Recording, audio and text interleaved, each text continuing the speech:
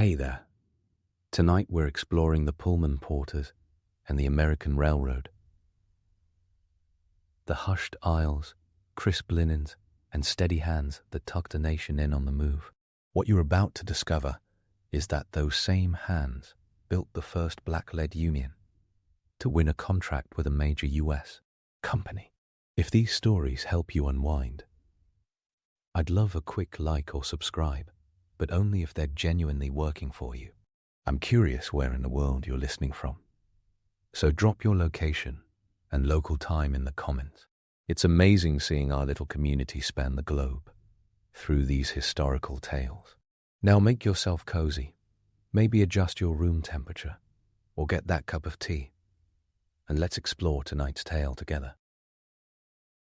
A luxury brand built on sleep ended up waking a nation.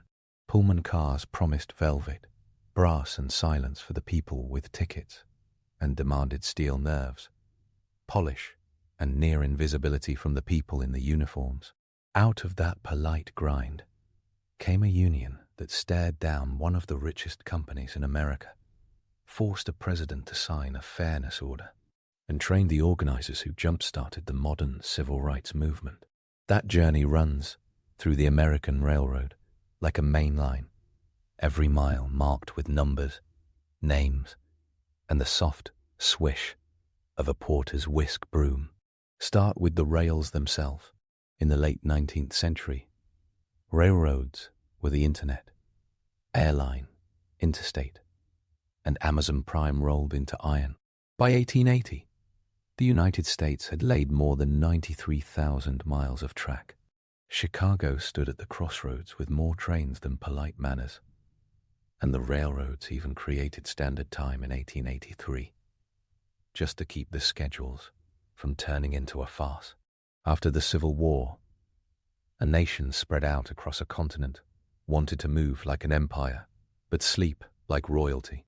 Sleeping cars already existed in clunky form long before George Pullman, but in 1867 he industrialized the comfort. His company fit mahogany panels, green plush seats, brass fixtures, and thick curtains into rolling hotels. The Pioneer sleeping car from 1865 became a showpiece that announced a new standard, and railroads widened clearances and upgraded tracks to handle these floating parlors. Luxury on rails became an American signature move. Here comes the fine print. The luxury rested on a workforce that the company deliberately racialized.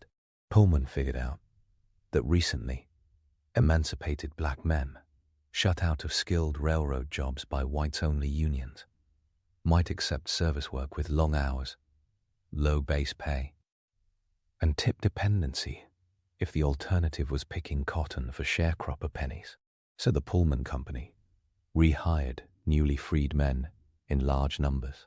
By the 1880s and 1890s, sleeping car porters were overwhelmingly African American. At the 20th century peak, roughly 10,000 to 12,000 porters and maids wore the Pullman uniform, making the company the largest private employer of black men in the country for decades. A data point repeated by labor historians and the Smithsonian's National Museum of African American History and Culture. That fact sits on the table like a gleaming brass spittoon. Impressive, complicated, and a little dangerous around the edges. Inside a Pullman sleeper, at midnight, the glamour required choreography. Curtains whispered shut, berths folded down with a heavy thunk. A single porter often managed an entire car, commonly a 1-2. One model with 12 open sections and one drawing room. That meant 30 or more beds to make every evening and undo every morning, plus luggage, plus late-night emergencies, plus a passenger who wanted hot water, plus another who demanded quiet, plus a child who needed calming, plus a shoe that had to look like a mirror by dawn. A small metal door near the aisle hid a shoe locker that opened into the corridor. Passengers shoved in scuffed Oxfords and derbies. The door banged, and the porter worked in the cramped vestibule under weak light, brushing and polishing dozens of pairs. Meanwhile, the call button could jingle at any hour. In a good year, a porter's step count would have made a fitness app call a therapist. The company's rules piled on. Clean-shaven, no loud talk, no sitting unless the car was empty. The uniform had to be sharp enough to slice air, and the porter bought it with his own wages. Towels, linens, and glassware lost to breakage came out of paychecks. Before union contracts, porters commonly worked up to 400 hours a month or 11,000 miles, figures that recur in testimony and in Larry Tye's book Rising from the Rails. The base pay in the early 20th century often sat under $80 a month, and that was before deductions. In 1926, a standard monthly wage for a porter hovered around $67.50. Tips mattered in a way that would make a modern economist need air. The company leaned hard into a tipping culture that had spread in Gilded Age America as an excuse for low wages, especially for black service workers. No algorithm assigned 5 stars. A handful of coins did. Porters had to summon A+ deference for every mile to keep those tips flowing. Myth alert. The Pullman company did not invent the sleeping car concept. It perfected, packaged, and marketed it. It perfected and marketed it at scale. Another myth that refuses to die involves names. Passengers, especially white passengers from the South and Midwest, often called every porter George, as if each man were a spare limb of George Pullman. That was not a term of endearment. It was erasure as a nickname. Porters pushed back in the only ways allowed in a job that could erase a voice in a heartbeat. They carried cards with their actual names. They introduced themselves with calm repetition. They filed complaints when emboldened by a union. The nickname lingered, but the quiet resistance turned strangers into citizens again, one berth at a time. There was plenty of hypocrisy to go around. George Pullman built a model town near Chicago between 1880 and 1884, with brick row houses, a library, broad streets, and the Grand Hotel Florence. He also banned independent newspapers and alcohol in the town, which made it feel like utopia with a landlord problem. The only legal drinks flowed in the hotel for guests who did not have to live with his rules, a detail that lands like a punchline with a raised eyebrow.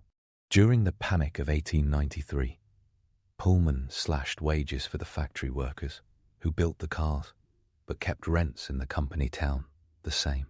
Workers saw corporate paternalism flip into corporate rent collection. In 1894, they walked out. The American Railway Union, under Eugene V. Debs, backed them. Trains stopped across the country. Federal troops marched into Chicago under President Grover Cleveland. Dozens died in clashes. The Supreme Court, in re Debs, 1895, rubber-stamped federal injunctions against strikes. The Illinois Supreme Court later forced Pullman to divest the town, which Chicago annexed in 1899. That famous labor earthquake barely touched the porters directly. They were not in the factory union. They still worked the trains, still smiled, and still counted on tips, while the company learned to fight unions like it was a varsity sport. Gilded Age travel turned into a fever dream by the 1910s and 1920s. Overnight runs connected New York to Chicago, Chicago to San Francisco, and the Deep South to northern cities. The Pullman Company built or operated a huge percentage of sleeping cars in the nation. On prestige trains like the Pennsylvania Railroads, Broadway Limited, or the Santa Fe's Chief, Pullman service defined what first class felt like. A porter's memory was a route map. He knew when to whisper, "Daylight," with a gentle curtain tug, except he did not dare say more than a murmur, because the conductor outranked him and monitored tone as much as tasks. Sleeping car conductors, almost universally white, held the power of penalty. Nil points for backtalk. The system used race as a management tool. Workplace realities landed hard. America's love for tips did not mean consistent tip coverage. Wealthy passengers tipped. Frugal ones did not. Southern routes could be cruel. Jim Crow laws demanded segregated spaces. Dining cars and sleepers could twist themselves into moral pretzels to comply. Black passengers buying first-class tickets sometimes faced detention in separate cars or second-rate service if crews feared local law enforcement. Meanwhile, black workers kept polishing the rail empire while being denied entry to the kind of jobs white unions ring-fenced. Even in cities north of the Mason-Dixon, housing covenants and workplace discrimination waited at the terminal. Then, a plot twist slid into view in the form of a simple newspaper. The Chicago Defender, one of the most influential black newspapers of the era, rode hidden in valises and under folded shirts, thanks to Pullman porters. Southern states tried to block the Defender. Porters outfoxed the censors with tactics that looked like a spy novel with wrinkle-free cuffs. As Isabel Wilkerson notes in The Warmth of Other Suns, that paper became a megaphone for the Great Migration, urging movement north with job ads, addresses, and bold headlines. Between 1910 and 1970, approximately 6 million African Americans moved out of the South. Railroads carried the families, the luggage, the dreams, and the information chain. Porters shared practical advice, acquired car by car, which hotels would actually honor a reservation, which factory gates were hiring, which neighborhoods felt safer. The sleeping car became a rolling information network. A union would not be far behind.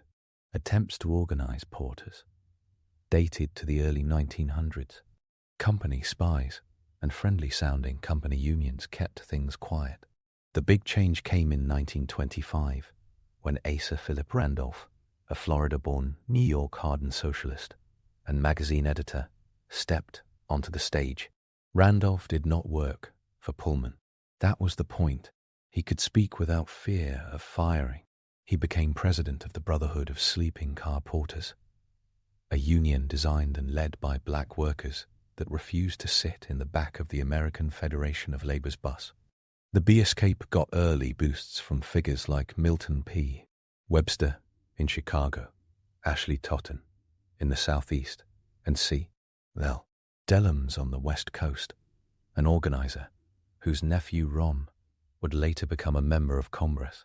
The BSKP Women's Auxiliary, led by formidable spouses and activists, fundraised, recruited, and kept households afloat when the company cracked down.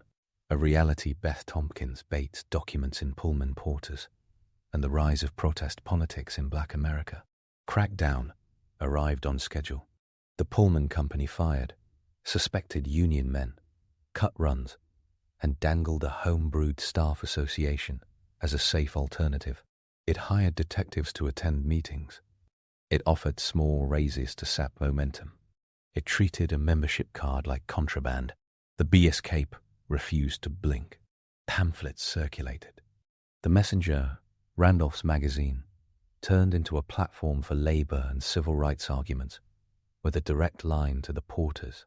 By the late 1920s, they finally granted the Brotherhood a charter, a milestone for a black-led union in a white-dominated labor movement.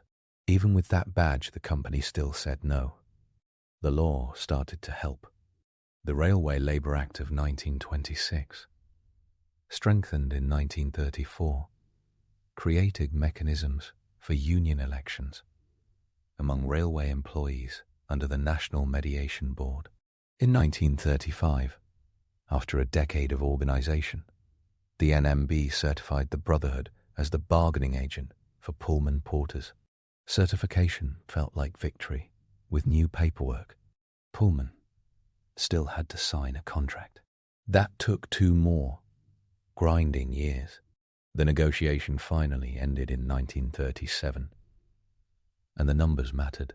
The contract raised minimum monthly pay to roughly $89.50, instituted overtime after 240 hours a month, and cut the mileage and hour demands that had been an iron yoke. It set grievance procedures and trimmed the list of petty fines. It did not end racism on the rails. It did not elevate black porters to conductor jobs. It did create the first major labor agreement between a prominent American corporation and a black-led union. The Brotherhood of Sleeping Car Porters had cracked an industrial safe in broad daylight. That win did more than plump a paycheck.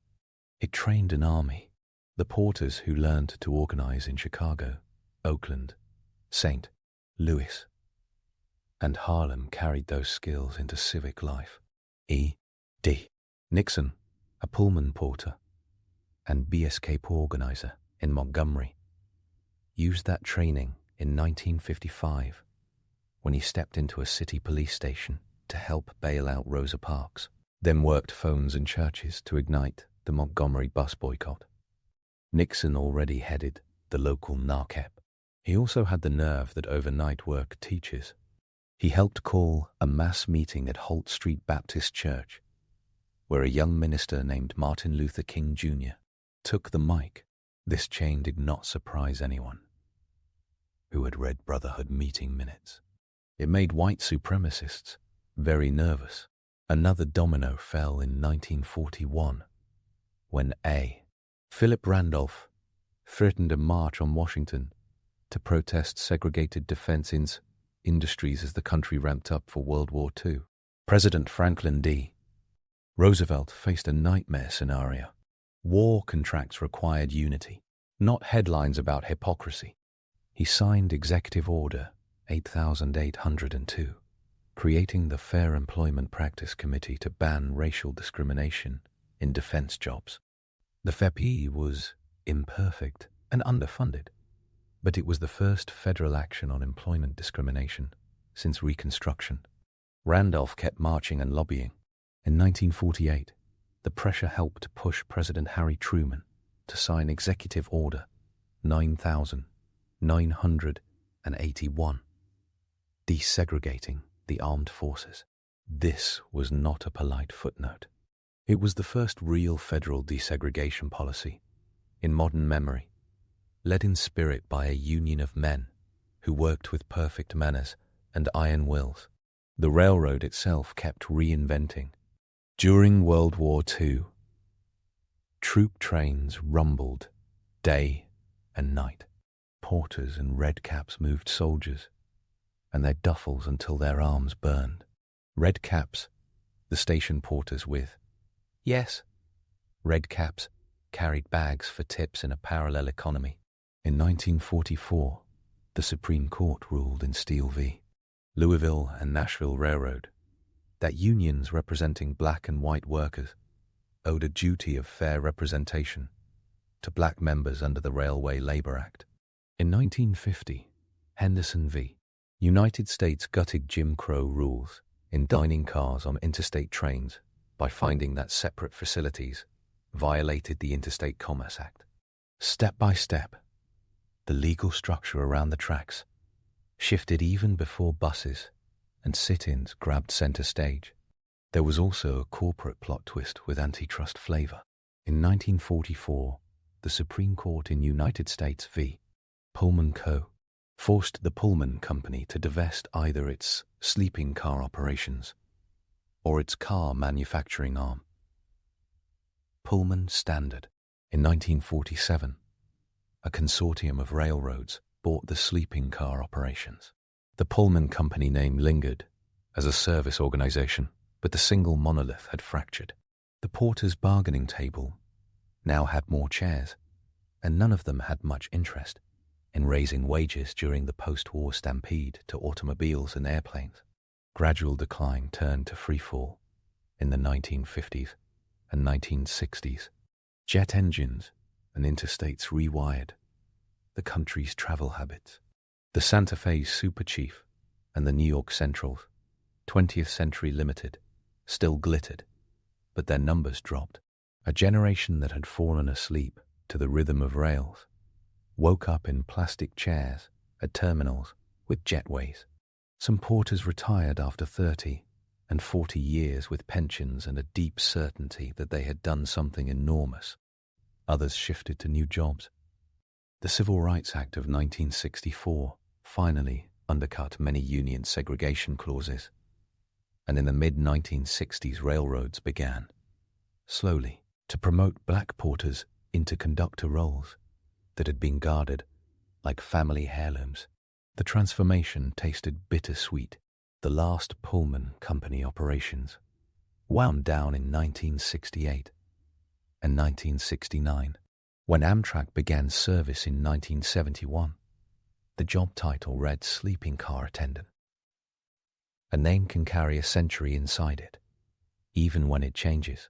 The work itself did not get erased. Porters had been cultural conduits. Oscar Micheaux, the pioneering black filmmaker, worked as a Pullman porter before making race films that defined an era. Countless future teachers, doctors, and lawyers grew up in porter households, where travel stories doubled as national geography lessons, and tiny piggy banks filled 1 nickel at a time. The job paid too little and depended too much on tips, and yet, compared to sharecropping and domestic service, it provided a ladder, pay-supported college tuitions and mortgages. Family routines looked like spreadsheets, avant la lettre. A father came home at strange hours from a run to Oakland or New Orleans with a handful of railroad stories and a household budget that his partner kept balanced with precision. Dignity and humiliation lived under the same roof. The daily routine deserves a close look because it reveals the system's mechanics. On a long-haul run, a porter might report before noon, inspect every berth strap and curtain clip, stock towels and fresh linens, count pillowcases, and sign for every item. That signature was a contract with an asterisk, the size of a Pullman car, because anything missing at the end might reduce his pay. As passengers boarded, the porter lifted suitcases that felt like they contained family secrets and anvils. He explained the berth setup with choreographed gestures. After dinner, he converted an entire aisle of seats into lower berths and dropped upper berths with one hand holding a strap and the other guiding the iron frame into place without braining anyone. Pillows fluffed, curtains drawn, ladder placed, step stool ready. At night, the aisle turned into a nylon and wool canyon. In the early hours, a call button buzzed. A berth occupant needed water. A child had a nightmare. A berth strap had slipped. The porter opened the shoe locker and polished again. At dawn, the reverse dance began. Berths lifted, sheets stacked, blankets rolled tight. The car returned to daytime form. Without visible effort, the passengers disembarked, some smiling, some silent. The porter counted linens under the watchful eye of a conductor who verified and initialed like a human adding machine. Any shortfall landed where it had always landed. Yet even in that grind, porters carved out stubborn humanity. In small towns, they tipped their caps to kids at the platform fences who stared at trains the way later generations stared at Apollo rockets. They stashed a defender for a trusted hand. In a Jim Crow town, they shared a list of safe rooming houses in Omaha or Cheyenne, years before Victor Green's Negro Motorist Green book became famous. They shrugged off slurs that came packaged as jokes and learned to document, quietly and meticulously, who said what and when. They found allies among white conductors and passengers who believed decency could be a travel companion. They prepared for meetings in barbershops and back rooms after long runs and shorter sleep, because the next contract would not write itself. That meticulous habit of documentation paid off in hearings and courtrooms. In 1915, and again in the 1920s, Porters testify before congressional committees about their hours and fines. Reports from the period confirm the 400-hour months and the absurd deductions for cracked glassware. Historians like Philip Dray and Larry Ty have sifted those transcripts and company records. The numbers tell a story without adjectives. The union fought to get the hours down, to make overtime real, and to halt the fine system from functioning as a corporate tip jar. The 1937 contract and subsequent revisions trimmed the exploitative edges. It did not make porters rich. It did place them on a footing where planning might finally replace scrambling. The cultural echo spread. Newsreels and advertisements glamorized Pullman, sleepers with soothing violins and white-gloved service. Writers dropped porters into scenes to signify elegance. Meanwhile, black newspapers profiled porters and wives who had saved to buy a first home in Bronzeville or West Oakland. When the Brotherhood made headlines, the stories carried hometown pride and a roadmap for other workers.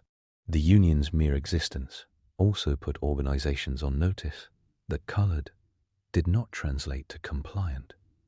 By the mid-1930s, other service workers began to organize with B.S. Cape-style persistence.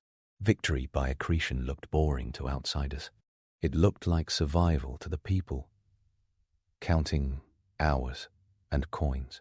That quiet insistence on being heard also shaped the high drama of 1963, when the March on Washington for Jobs and Freedom packed the National Mall in August of that year.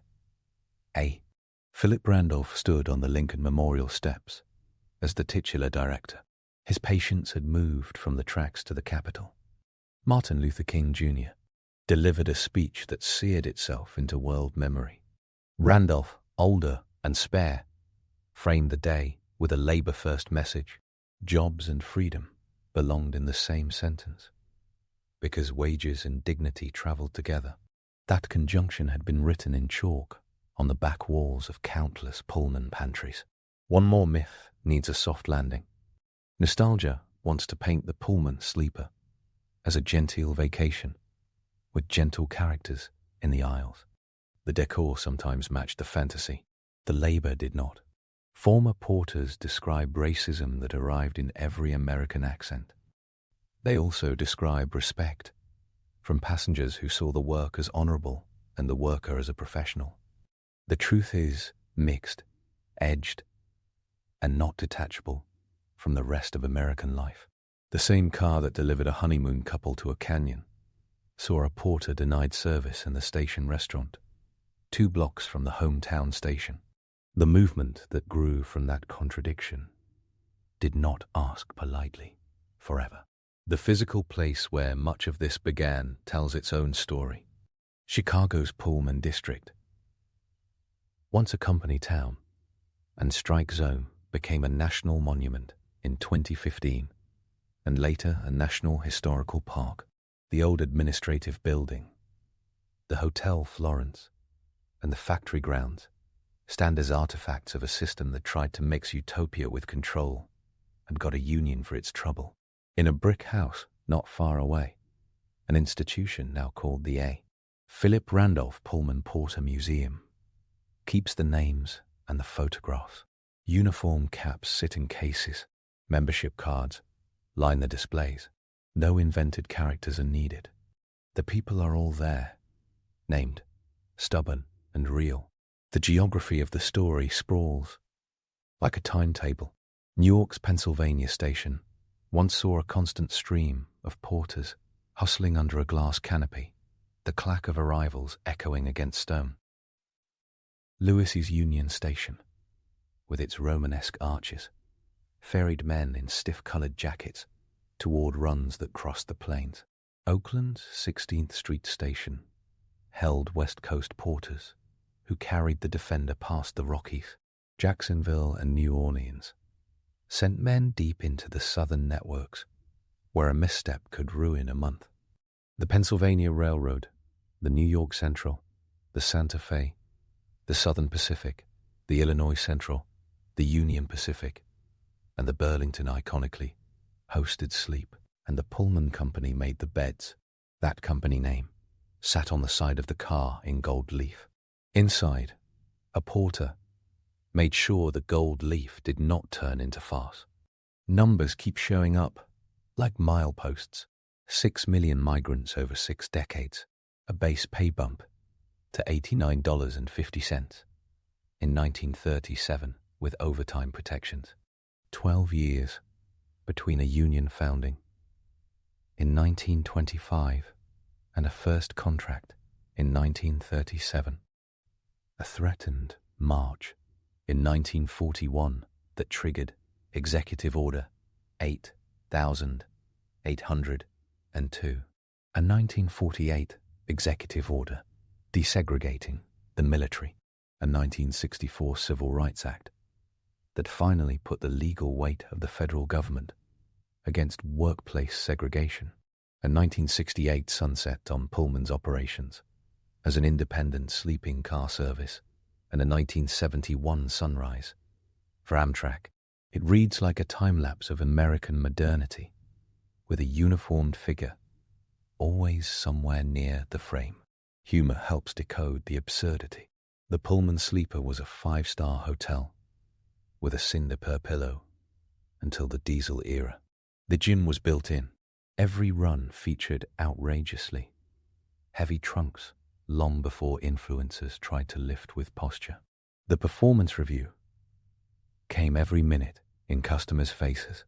Management dreamed up discipline categories that would make a Silicon Valley HR department blush. The company forbade alcohol in the town and served it in the hotel. It marketed equality of experience and enforced inequality of opportunity. The nation loved to brag about the Pullman standard and then told its porters to use the back entrance at the station cafe. Wry laughter becomes a coping mechanism in that kind of theater. The legacy lifts into present tense through institutions and memory. The A. Philip Randolph Institute, founded in 1965 by Randolph and Bayard Rustin, still links labor and civil rights in campaigns that see voting rights and wages as part of one ecosystem. Museums and documentaries including Gregory S. Cook's Invisible Warriors and Stanley Nelson's films weave porters into broader stories of black labor. Larry Ties Rising from the Rails spells out precisely how the porter network seeded the black middle class. Scholars like Beth Tompkins Bates document how political activism flowed from the sleeper aisle into northern city halls. The National Park Service's Pullman site interprets paternalism and resistance without hagiography. The evidence stack stands tall. Scholars also emphasize that the Pullman company's strategy worked right up until it stopped. By employing black men in a narrow slice of the railroad industry, it looked generous compared to the shut doors elsewhere. By paying low base wages and encouraging tips, it kept control. By promoting white conductors over black porters, it kept a racial hierarchy humming. By building a model town, it bought good press until the rent bill arrived. The company won headlines and profits. The workers built a union and a politics. Those two stories collided, and the shockwaves are still in American labor law and American memory. A few concrete reality checks sit neatly on the shelf with those larger arcs. Pullman maids, often black women, worked on some cars to serve female passengers from the 1870s into the early 20th century and into the early 20th century and intermittently after, facing the same low pay and tip traps with an extra layer of gendered expectations. Company records show how their jobs got squeezed as cost-cutting began. Porters commonly had no real bed on duty nights. They caught sleep in an unused seat or a linen closet when the conductor allowed. Union rules after 1937 improved that on paper, but a busy run still made a joke of sleep. Porters carried pocket watches and memorized schedules, not because they were romantic about railroading, but because a missed wake-up could mean a complaint and a docked tip. These details, caught in oral histories and in old schedules and in National Mediation Board filings, take the story out of the realm of myth and plant it in time. That final planting matters, because the story often gets packaged as pure nostalgia. Luxury rail travel, glowed in films and ads. The porter becomes a one-dimensional figure holding a whisk broom. The actual human being who used that broom mastered logistics, diplomacy, first aid, minor carpentry, and data management in an era before spreadsheets. He learned to read people for safety and for tips, while never losing his balance in a car that swayed hour after hour. He learned to code switch long before the term made it into books. He learned to hide a newspaper under a coat when a sheriff eyed the platform. He learned to listen. Many took those skills into union committees, church boards, voter registration efforts, and school fundraisers. The rolling hotel produced civic engineers. The American Railroad rolled on. By the 1970s, Amtrak inherited a patchwork of routes and a sleeping car tradition with new names. The job description stayed familiar.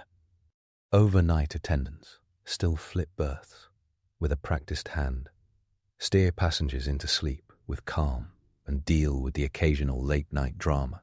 The uniforms look different. The cool buttons work better. The cinders do not fly in the window. The labor history remains present, sometimes in photographs on the station walls, sometimes in the way in older passenger tips like a ritual that means respect, as much as cash. The through line matters.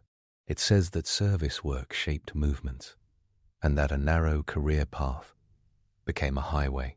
Every time someone drives past the old Pullman district on Chicago's far south side, the factory clock tower sits against the sky with the stubborn elegance of brick that refuses to crumble. In 1894, that tower presided over pay cuts and a riot. In 1937, it presided over a contract signing. In 2015, a presidential pen put the area under federal protection, not to celebrate George Pullman's taste in brick, but to teach how industrial paternalism forced workers to invent new ways of saying no. The porter's story forms the connective tissue. Without them, the site would read like a museum of architecture. With them, it becomes a manual for building modern America while making the beds. Historians keep returning to one point because it lands square. The Pullman Company gave many black men one of the only doors into the middle class available for decades.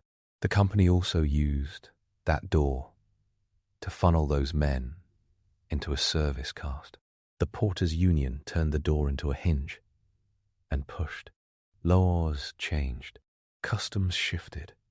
Entire cities came into being as the Great Migration remapped the country. The next time a glossy coffee table book sighs over a restored Pullman sleeper, a quieter voice points to payroll ledgers, organizing flyers, union charters, and the slight groove worn into the hardwood floor where a porter stood night after night to polish shoes. That is the artifact that changed the country. Here is the cleanest way to put it. Adapted from the work of scholars and museums that have kept the receipts. George Pullman built rolling palaces and a model town. His company then relied on a labor force that it underpaid and overworked, knowing racism hemmed in their choices. Those workers formed the Brotherhood of Sleeping Car Porters in 1925, won federal certification in 1935 under the National Mediation Board, and signed a transformative contract in 1937 that lifted wages and rights. Their leaders pushed Franklin Roosevelt into Executive Order 8008, and who in 1941 helped push Harry Truman into Executive Order 9981 in 1948, and helped organize the 1963 March on Washington that anchored the Civil Rights Act era. The railroad age faded. The union's lessons did not. They crossed industries and decades. They taught that even a job built around other people's dreams can become a platform for collective action. But wait, the story keeps adding a coda.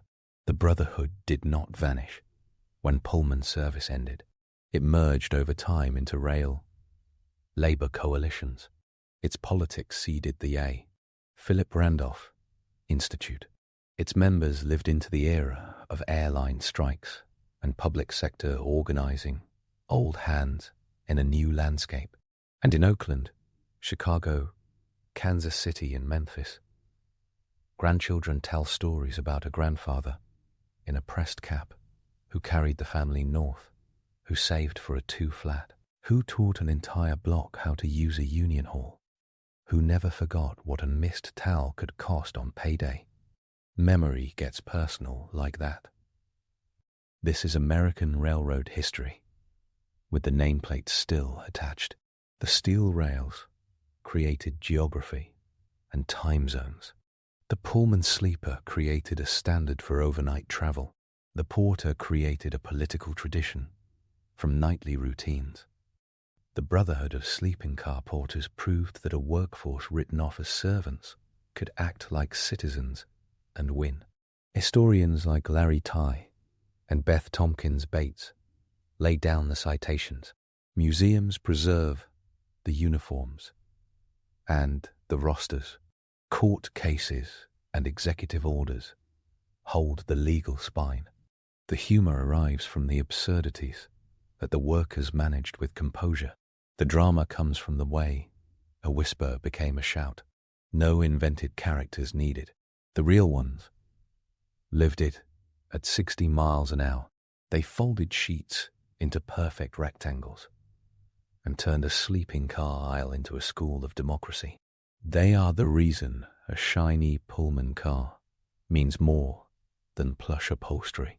It means a fight, a strategy, a paycheck with fewer deductions, and a march that did not get cancelled for lack of permits. It means an America that decided the right to rest and the right to be respected were part of the same ticket. Our journey through history continues with Day in the Life of a What Sailing Was Like. The day starts with rope creaking, like a chorus of hungry cranes. Before your eyes adjust, your nose tells you where you are. The Nile at dawn, a mix of wet mud, crushed reeds, and the sour bready tang of last night's beer. The river looks gentle under the pink light, but that's a scam. It slides north at about 1-3 knots, a conveyor belt moving quietly toward the sea. Your job today is to ride the wind back the other way. No engine, no compass, just a square of linen, 2 steering oars big enough to bench press you, and a boat built when bronze knives were a flex. You put hands on cedar that came across the Mediterranean 2 countries ago. Imported timber was the Egyptian blue of logistics. Rare, expensive, and everywhere anything big got done. The deck under your feet isn't reed. That's the first myth to slam into the water. Egyptians did use papyrus skiffs, especially for fishing and duck hunting. The tiny green banana-shaped boats in marsh scenes. But river cargo, royal processions, and serious transport ran on wood, much of it cedar from Byblos in the Levant. The proof sits all over Egypt. The Khufu ship from Giza, 43.6 meters long, stitched together with 1,200 individual pieces, was made of Lebanese cedar and acacia. It's 4,600 years old and still looks like it could shame a yacht club. You're on something smaller and meaner than a royal showpiece. Think about 18 to 25 meters long, built with planks joined edge to edge, using tight-fitting mortars and tenon joints, pegged with hardwood. No, iron nails. The hull acts like a giant wooden zipper, sealed with linen or grass stuffing and resin. Along the centerline runs your insurance policy. A hogging truss, a long tensioned rope anchored to posts, fore and aft. That cable holds the ship's back straight when the river flexes it over waves and sandbars. Old tomb scenes love drawing it because it looks technical, and it was. Early 5th Dynasty models show it. New Kingdom boats still use it. Basically, Egyptians invented the world's first cargo ship anti-sag device, and then carved it into stone to brag about it for 3,000 years. The deck hums. Crew numbers vary by job, but for a medium river barge, hauling grain or stone, you're with a tight pack, a captain, a helmsman on each side, for the twin quarter rudders, a sail crew to handle the yard and sheets, a couple of pole men to shove off mudbanks, a scribe if the cargo belongs to the state, and general hands doing everything and pretending they aren't still sore from yesterday. On reliefs, you'll see as few as 6 and as many as 20 on riverboats.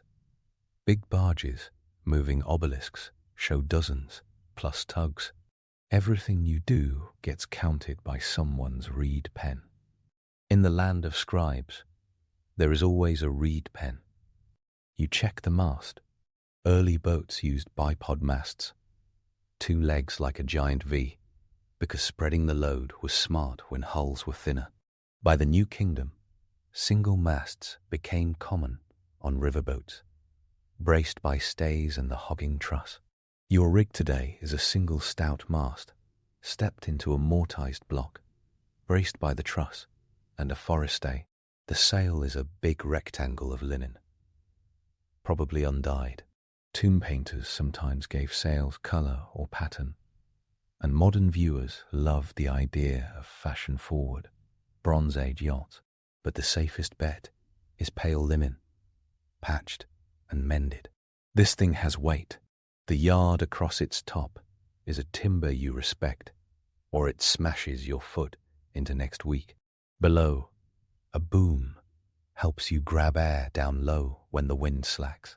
On later depictions, you see braille lines gathered so the sail can reef quickly, and braces so the yard swings to catch a quartering breeze. It isn't the tight point sailing of a modern sloop, but it's not a one-trick downwind parachute either.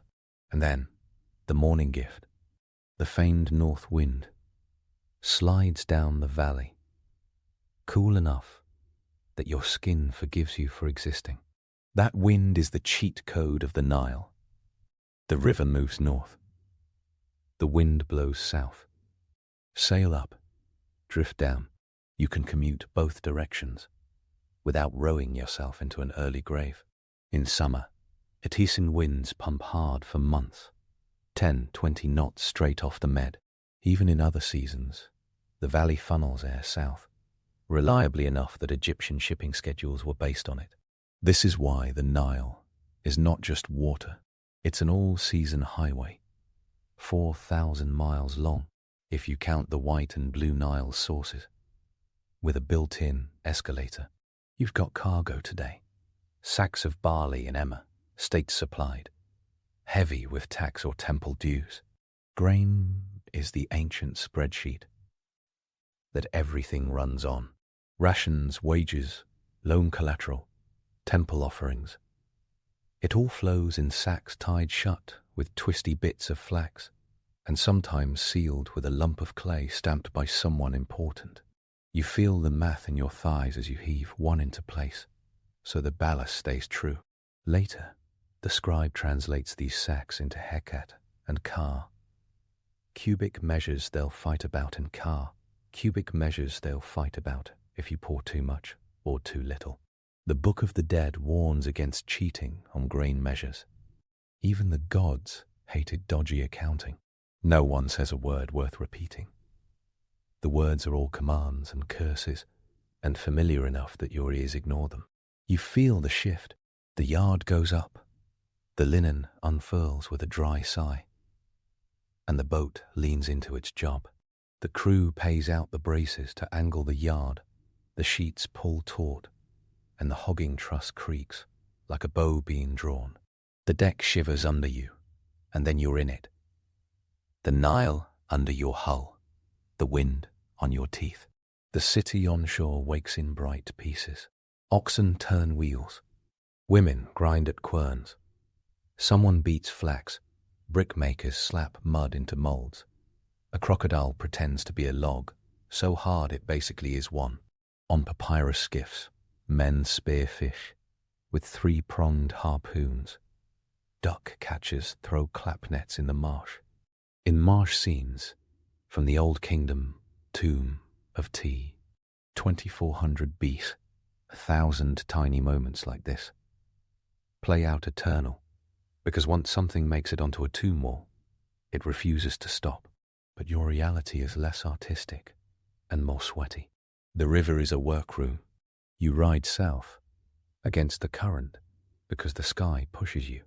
Average speed on a day like this: 3-5 knots if you catch good wind and the hull is clean, maybe 6 in bursts.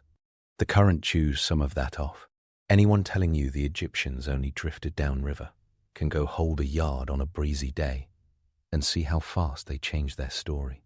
Reliefs in the tomb of Mena, Bet, 69, 14th century Ba, show boats trimming sails across the wind, sheets hauled in at angles. A geometry of linen and rope that only makes sense if the crew knows how to edge into a breeze. They aren't doing trigonometry, they're doing experience. A sandbar tries to eat your day. It's always the sandbars. The Nile shifts its bed like a restless sleeper, and channels bait you into shoals that weren't there last week. The polemen drop the sounding pole and punch the bottom. Their poles are knotted by cubits, so they know the depth by feel. 1 cubit is roughly 52 centimeters, and they count it down the shaft. Water hisses over the bar. The helmsmen on the quarter rudders dig in. 2 giant steering oars that flex like living things. Double rudders let you balance the stern like a tightrope walker's pole. The crew eases the sheets so the sail spills some wind. While you slither off the bar, the hull bumps free with a wooden yawn. In the ancient habit of not wasting anything, you log this route in your skull for next time. The river opens and the wind steadies. You eat on the move because schedules are religion. Breakfast is yesterday in a basket. Emma bread that fights back a little, onions that fight back a lot, dates sweet enough to buy forgiveness, and beer that welcomes you like a mother. Egyptian beer in daily rations ran about 3-5% ab, brewed from bread mash. Thick enough to call food. Honestly, tomb scenes that show people tilted are not wrong. Beer made the labor machine gentle enough to endure, and also made sure you didn't trust every ladder. Even royal expeditions ran on bread and beer. At Wadi Gawasis on the Red Sea, archaeologists found timbers, anchors, and the remains of ships' stores from 12th dynasty voyages to Punt. Rope coils, wood planks, cargo labels written in ink on pots. Nothing romantic. Everything real. The day ahead is long. The river miles add, like beads on a string. Somewhere on a mudbank sits a temple with a low key and a broken obelisk half faded by wind. Somewhere upriver, Hatshepsut's obelisks sailed in pairs, each about 29.5 meters, tall and weighing around 323 tons, balanced on barges so broad they look impossible, with tugboats hauling and oarsmen sweating like deities of effort. These scenes aren't fantasy. Reliefs at Deir el-Bahri show ships loaded with incense trees from Punt and fine goods. Meanwhile, at Giza, more than 1,000 years earlier, the diaries of a man named Mera recorded life on the water, moving fine Tura limestone for Khufu's Great Pyramid, docking at places called Shi Khufu and at the harbours along canals. The Wadi al-Jarf papyri from around Khufu's 27th year are the oldest surviving administrative records in the world, and they read like your life. Today, loading. Tomorrow, sailing. Days counted to and from. Quarries. Nothing mystical. Logistics. You passed fishermen paying tax on their catch. Scenes just like this are carved in the tomb of Mena, where scribes keep tally of grain figures, so exact they make your eyes water. The bureaucracy of the Nile is ancient. State grain storage scales up when the flood is good and the canal gates open at the right times. Nilometers, stone staircases with carved marks, tell priests and administrators how high the river is. Higher flood means better irrigation next season. Lower flood means hunger and finger-pointing. Simple math with mortal consequences. Everyone stares at the river like it's a god because in practice it is. The sail's foot snaps as a gust hits and your body moves before thought. Braces take the load. Sheets get eased, the yard swings a touch. The boom dips and lifts on a hinge of rope. The square sail is not elegant, like a triangular modern rig, but it's forgiving. It brails fast. It stands tall when you want the high wind. It billows into a pocket you can pull across the quarter for a slantwise run. No one pretends you're cutting fine into the wind. The boat hates close hauling, but a generous river and a rectangular rig make a surprisingly useful couple. Opposite you on the far bank, a desert plateau throws light so hard it makes you blink. Egypt, as a stage set, feels almost deliberate. Cult land and house land on the east bank. Tombland in the west, the sun doing an east-to-west circuit, like a reliable bureaucrat, stamping forms. You belong in the in-between. Boat crews are the blood cells of the state. Grain north, stone south, troops when the pharaoh wants to remind Nubia, or Canaan who writes the letters and who receives them. When Thutmose III bragged about ships on the Euphrates or Hatshepsut carved her punt expedition into her funerary temple, they were putting a tiara on your sweat. A crocodile blinks. People always imagine crocodiles as constant trouble. They mostly imagine you as a chew toy from the bank. The biggest hazards on the river are sand, wind going rude, and people who think they own the water. River police existed. We know because reliefs show boats hauling in, tax dodgers, and the word for already paid taxes carried weight like a sledgehammer. Channels were regulated. Dams and canal mouths could be opened or closed to prioritize irrigation or shipping. In the Fayum, the Bar Youssef Canal system turned water toward Lake Moeris and then back into the Nile, a water management scheme so large it reads as a geological feature. Every time your eyes wander to the hardware, a 1,000-year timeline flickers. On a river barge, quarter rudders have been standard since at least the Old Kingdom. They're set on either side of the stern, bound to a post, each with a long tiller. They act like fins and levers of the boat's spine. Anchors are big stones bored with holes. For ropes, sometimes triple holes to balance the grip. Later, in seagoing work, you see anchors flatter and more shaped, but stone never stops working. Rope is flax and palm fiber. The best lines are twisted hard and coiled in strict circles, so you don't die of a snarl when the mast needs a friend. Midday burns. Egyptian time flows on a 10-hour daylight schedule with 2 hours of twilight, and the sun around noon doesn't care what you owe it. Your skin cooks under linen. The sail's shadow is church. You duck under it and chew on lunch without illusions.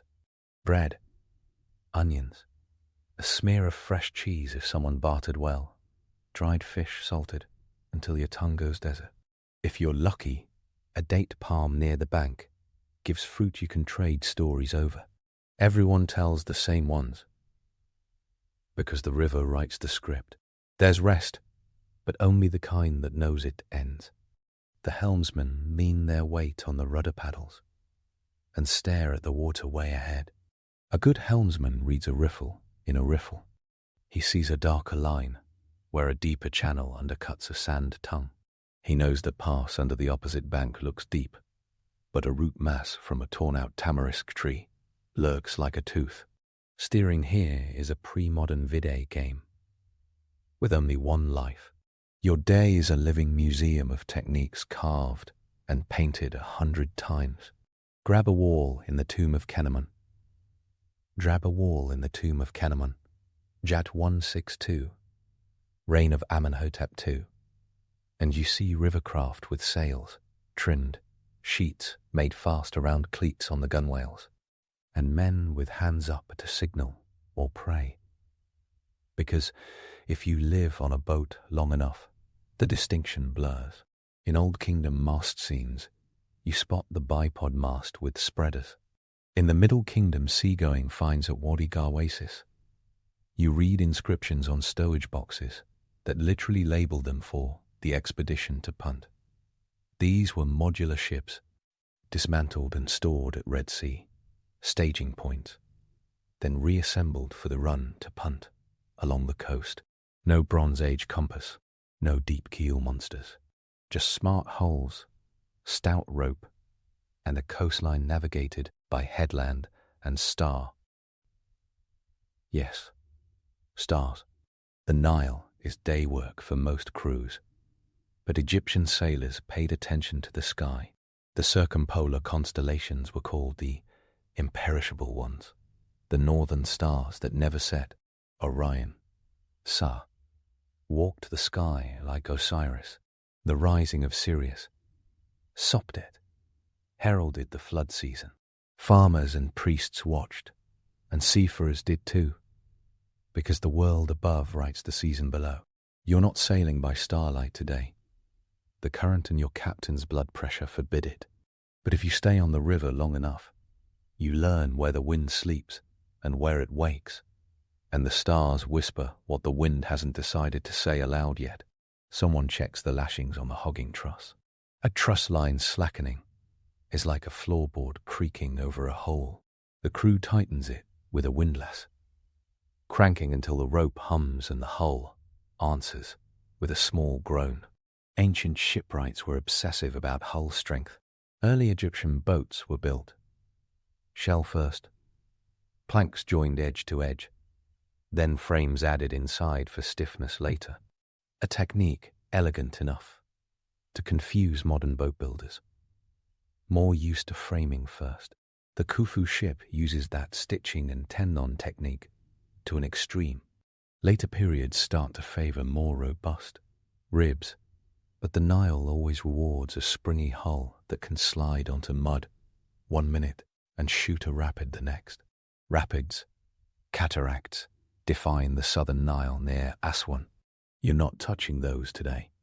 Those are special ops trips with pilots who know the rocks like cousins. Boats were de-rigged, hauled, winched on rollers. Their gods bribed for patience. You ride past a town. The quay is low, a cut into the mud with a clay ramp. Ox carts groan, a small cluster of palm frond shelters. Shade people whose job is moving other people's stuff. The smell is bad in the way all ports smell. Life concentrated into too small a space. Here and there, a baker's stall complains on the air. Egyptian baking is an art form honed by repetition to a terrifying sharpness. Bread shapes are loanword weird. Cones, rings, flat rounds, crescents, and everyone shows up in offering trays in torms, because when you carve your best lunch for eternity, you pick variety. The scribe jokes with reality by scratching numbers into a tablet. Scribes wore lots of hats in this world. Inventory, rations, complaints, jokes. Later in the day, one of them will tally your load with a string of notches that will appear the same from far away, but feel different in your bones.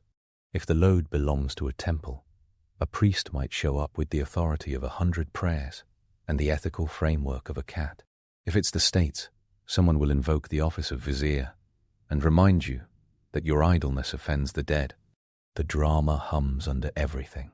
In your head, You run through how much river you can eat before the light goes. A medium day with steady wind means you can handle 25-40 kilometers if the gods don't get sarcastic. Everything in Egyptian logistics comes down to this kind of calculus. On Meres papyri from the Old Kingdom, a team moves Tura limestone to Giza, docking at Shikofu, waiting at a Nile mouth, reporting to an overseer named Ankaf. Each day's line looks banal. The Great Pyramid's casing stones arrive on the backs of lines like that. When the Egyptians solved transport, they weren't chewing on giant stones in empty desert by magic. They were sailing. The afternoon wind freshens. The sail belly's out, and you feel the boat lift. You angle across the river, working into the main channel where the current's faster but deeper. The trade-off you choose when you're not in a hurry to die in the shallows. A papyrus skiff flips its fish basket and curses its fortune into the reeds. You flash past with the indifference of freight. The gear on your boat is always talking. Wooden cleats on the gunwale hold lines.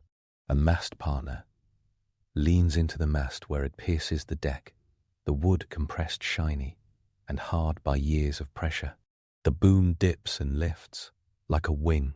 The yard slides on the mast with a leather collar or rope slashed in a loop, a friction fit that a sailor understands without language. A halyard slaps human rhythms into the day.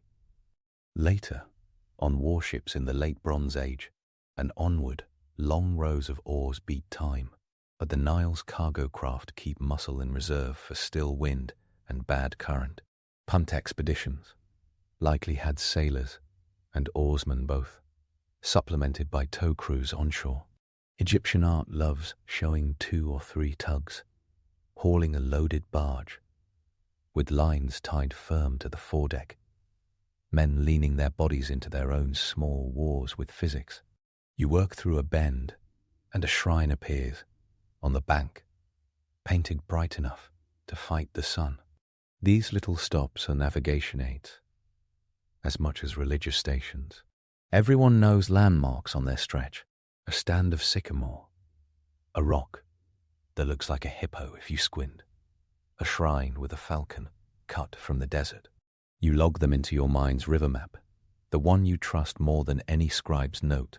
The sandbar that tried to eat you earlier sits in your skull too, now marked with a mental skull and crossbones.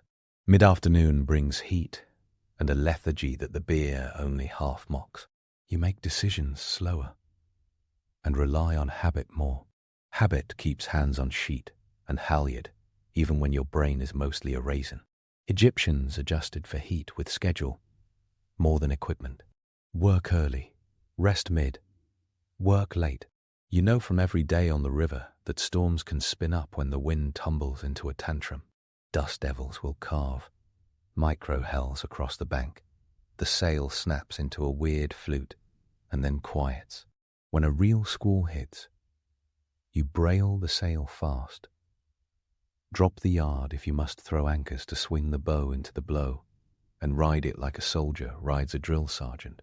Boats capsize on the river, less than movies pretend, but sudden gusts tear rigging, and a heavy yard falling turns a deckhand into a cautionary tale.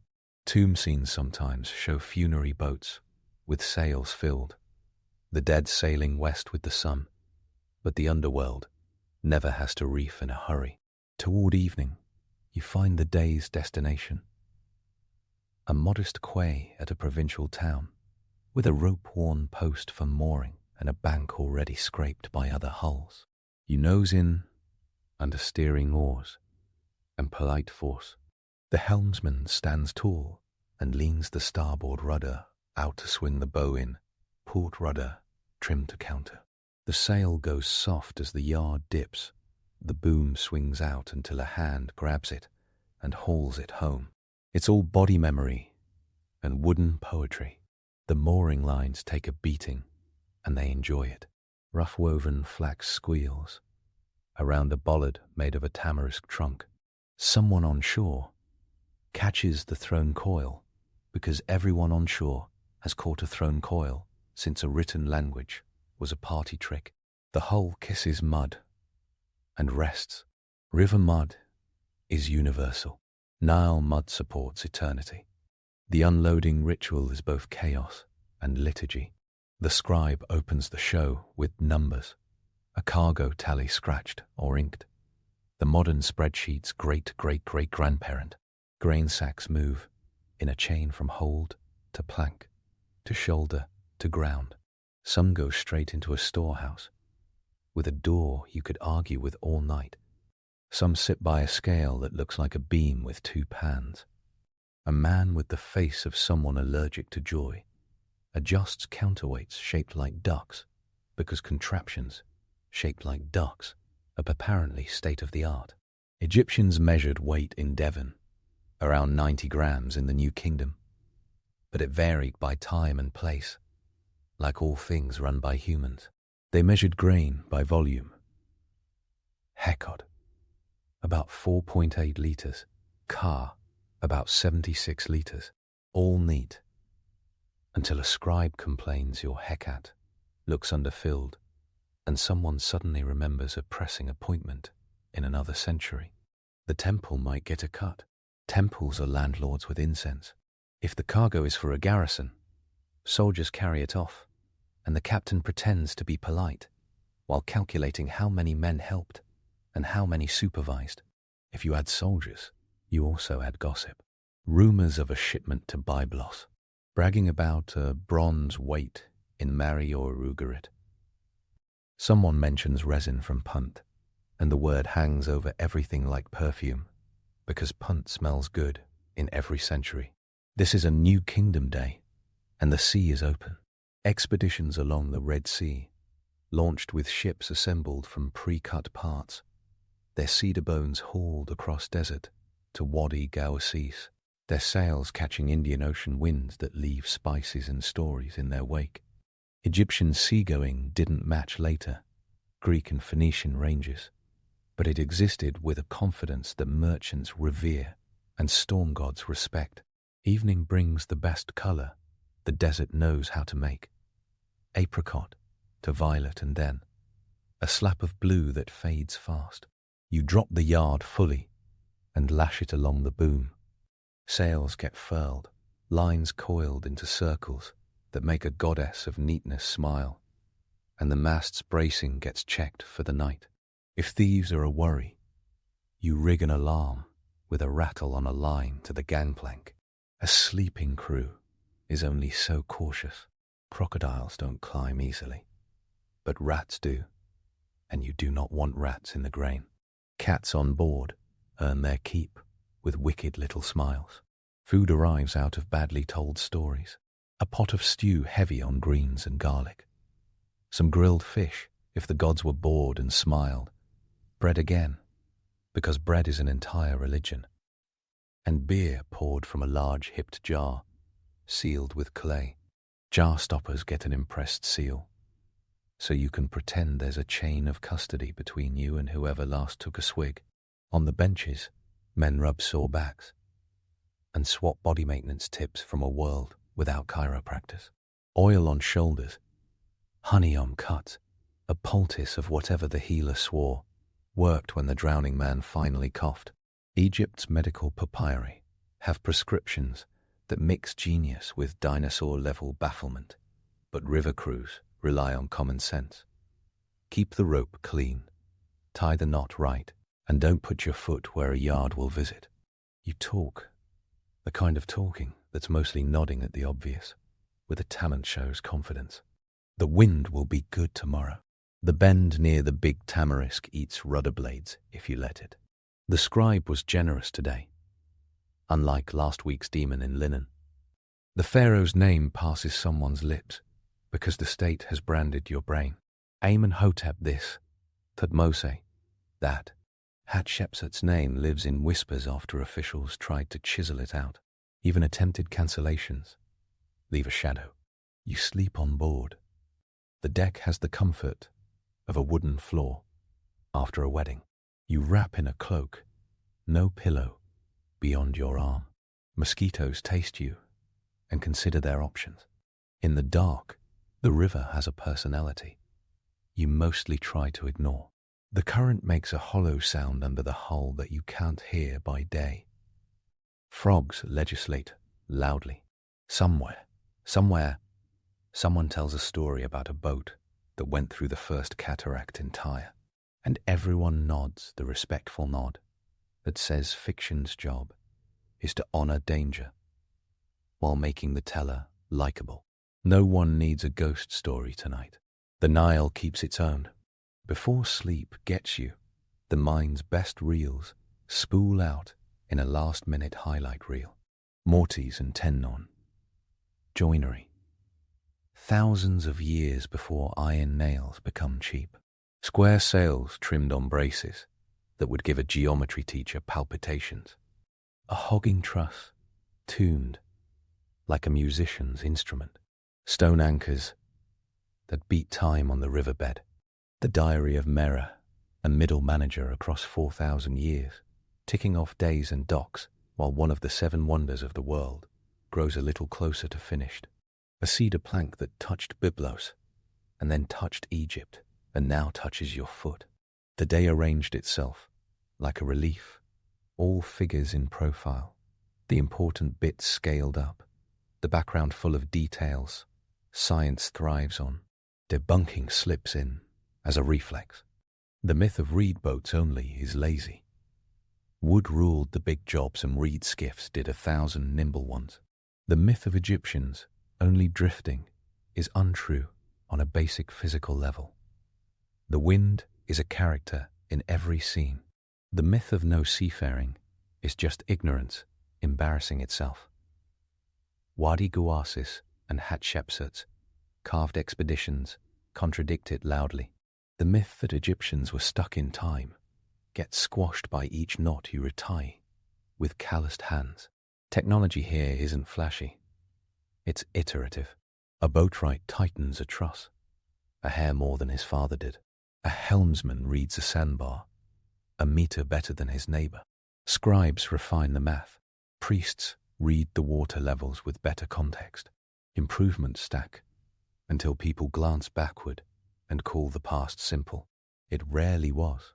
The last light hollows the west bank, where the necropolis sleeps, and the east bank glows, with late fires where tomorrow's life stirs. You're in the center, the axis, where the two talk, without understanding, but still get along.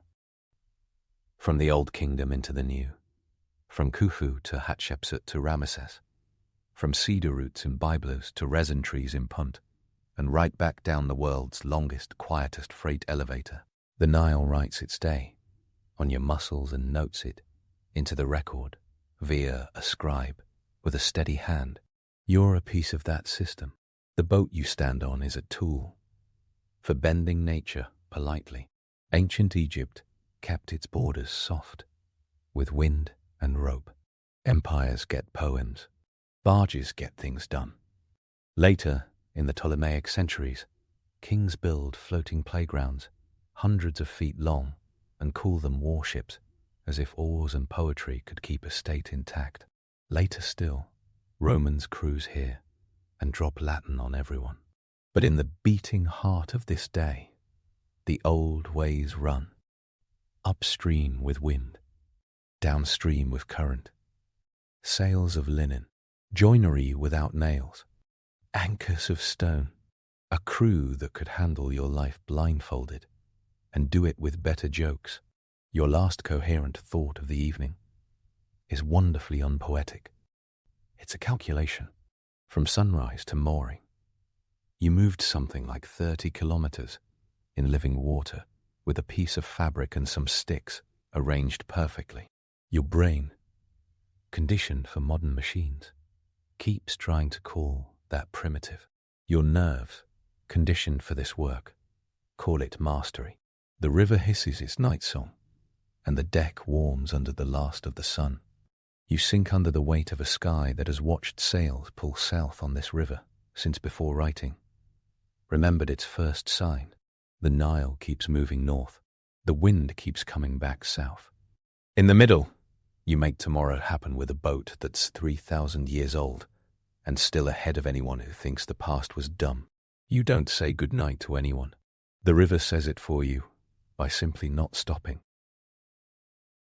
Our journey through history continues with the life of Zheng He, China's great explorer. He did not discover America.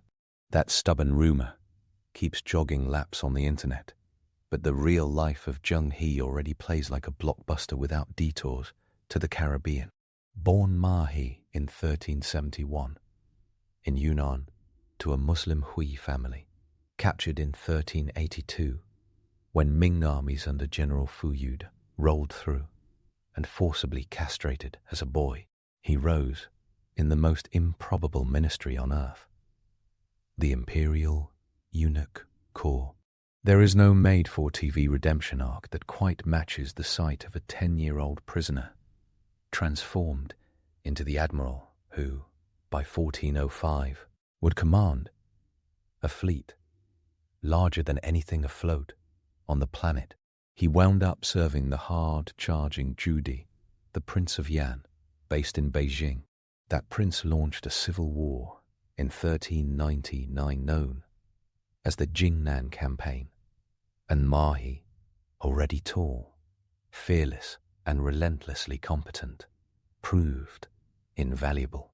The prince grabbed the throne in 1402, becoming the Yongle Emperor, builder of the Forbidden City, lover of big projects, and connoisseur of power flexes. By 1404, the emperor rebranded He as Zheng He, an imperial gift of a surname recorded in the Ming Shilu, the veritable records. Eunuchs typically handled palatial logistics, not geopolitics.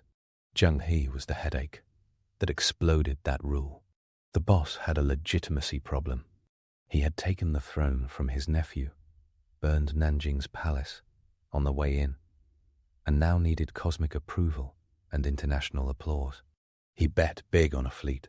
The Longjiang shipyard at Nanjing roared to life with the kind of industrial scale that modern audiences usually imagine happening after the invention of forklifts. The Ming Shilu records that 317 ships were prepared for the first expedition. Contemporary court writers like Ma Huan, Yinjai Shenglan, completed around 1433, and Fei Xin, Xingxie, Shenglan, circa 1436, left earthy details. They saw horse ships for cavalry, supply ships groaning with grain, and fresh water, patrol craft with teeth, and the famous Baochuan, the so-called treasure ships.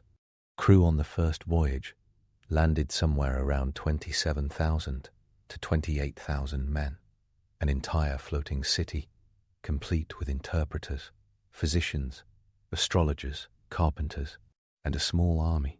Columbus would sail in 1492 with 3 ships and roughly 90 men. Zheng He did project management on nightmare mode, and he did it 8 decades earlier. Treasure ships earned several lifetimes' worth of rumors. Traditional figures mention lengths of 44 zhang and beams of 18 zhang, which converts to something in the ballpark of 130 to something. 150 meters long and 50-60 meters wide, if using certain Ming units.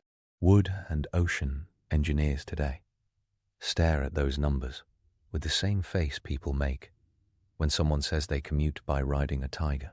Scholars debate whether the shipyard used a shorter kai and whether treasure ship dimensions in the sources conflated plans with reality. A more conservative, seaworthy estimate places the biggest flagship somewhere between 60 and 90 meters long. Either way, Ming shipwrights built vessels with watertight bulkheads, sternpost rudders, and multiple masts carrying battened sails, features that made them sturdy, fast for their size, and remarkably repairable. Whether closer to a modern soccer field or half of one, these ships were giants of their day, and the fleet's footprint dwarfed any contemporary armada. In the summer of 1405, Nanjing's docks became an echo chamber of hammers and shouting. Silk and porcelain were packed into crates, copper coins clinked in barrels, The fleet slid down the Yangtze and out to sea, flags snapping, water churning, millions of calories in rice packed tight below decks. The itinerary read like a shopping list of the world's best ports. Champa on the Vietnamese coast, Java with rival polities in permanent audition mode, Palembang in Sumatra, a pirate problem wearing a trading hub costume, Malacca, a scrappy harbour that would soon punch way above its weight, and across the Bay of Bengal to Calicut on India's Malabar coast, and across the Bay of Bengal to Calicut on India's Malabar coast. The pepper metropolis. Pirates tried to make 1405 the year of "let's rob the giant Chinese fleet." Their chosen frontman was Chen Zui of Palembang, a man who believed in a strong brand and tolls paid in fear. Ming records and later chronicles describe what happened next in clipped officialese that still drips with satisfaction. Zheng lured Chen into battle, torched or captured his ships, seized him, and shipped him to Nanjing. In 1407, Chen was executed. The court wrote him into the bureaucratic dictionary under P for problem solved. The first voyage also opened the door for Malacca. Yonglei noticed the small port's strategic location, right where the strait squeezes traffic, and in 1411 granted its ruler a seal and an umbrella. Yes, a big ceremonial umbrella, which in diplomatic language meant immunity from getting squashed by Siam. That one gift turned Malacca into a formal Ming-backed state. In Southeast Asian politics, Zheng He functioned as the bouncer everyone respected. He was Muslim by birth and pragmatic by practice. Sri Lanka proved it. On the second and third voyages, around 1407, 1411, the fleet reached Ceylon. The island mixed Buddhist sanctuaries, Hindu temples, busy ports, and kings with sharp elbows. The Gal trilingual inscription, placed by Zheng He in 1409 and rediscovered in 1911, gives a snapshot in 3 languages: Chinese, Tamil, and Persian, announcing donations for safe voyages to Buddhist, Hindu, and Muslim religious sites. Religious diplomacy delivered soft power. Local politics brought hard edges. The ruler Veera Alakesvara treated the Ming envoys like props. Zheng He marched inland, fought, captured the king, and transported him to Nanjing in 1411. Imagine a royal motorcade, where the motor is human muscle hauling a trust sovereign. The Yonglei emperor staged a demonstration of clemency mixed with very public humiliation, then released or replaced the ruler. Message received across the Indian Ocean network. The eunuch admiral carried silk in one hand and shackles in the other. By the fourth voyage, 1413, 1415, the compass needle pointed farther west. The fleet reached Hormuz, at the mouth of the Persian Gulf. The place ran on pearls, horses, and jewelry, and on the ancient tradition of charging passing foreigners more. Envoys piled onto the ships. The return included something that made the entire Ming court erupt in delighted chaos. A giraffe. East African traders from Malindi acquired it and presented it as tribute. On the 20th of September 1414, a giraffe arrived in Nanjing. By early 1415, poems declared the beast a Qilin, a mythical omen of benevolent rule. The creature's long neck and calm eyes launched a wave of imperial glee. Ceramists painted giraffes.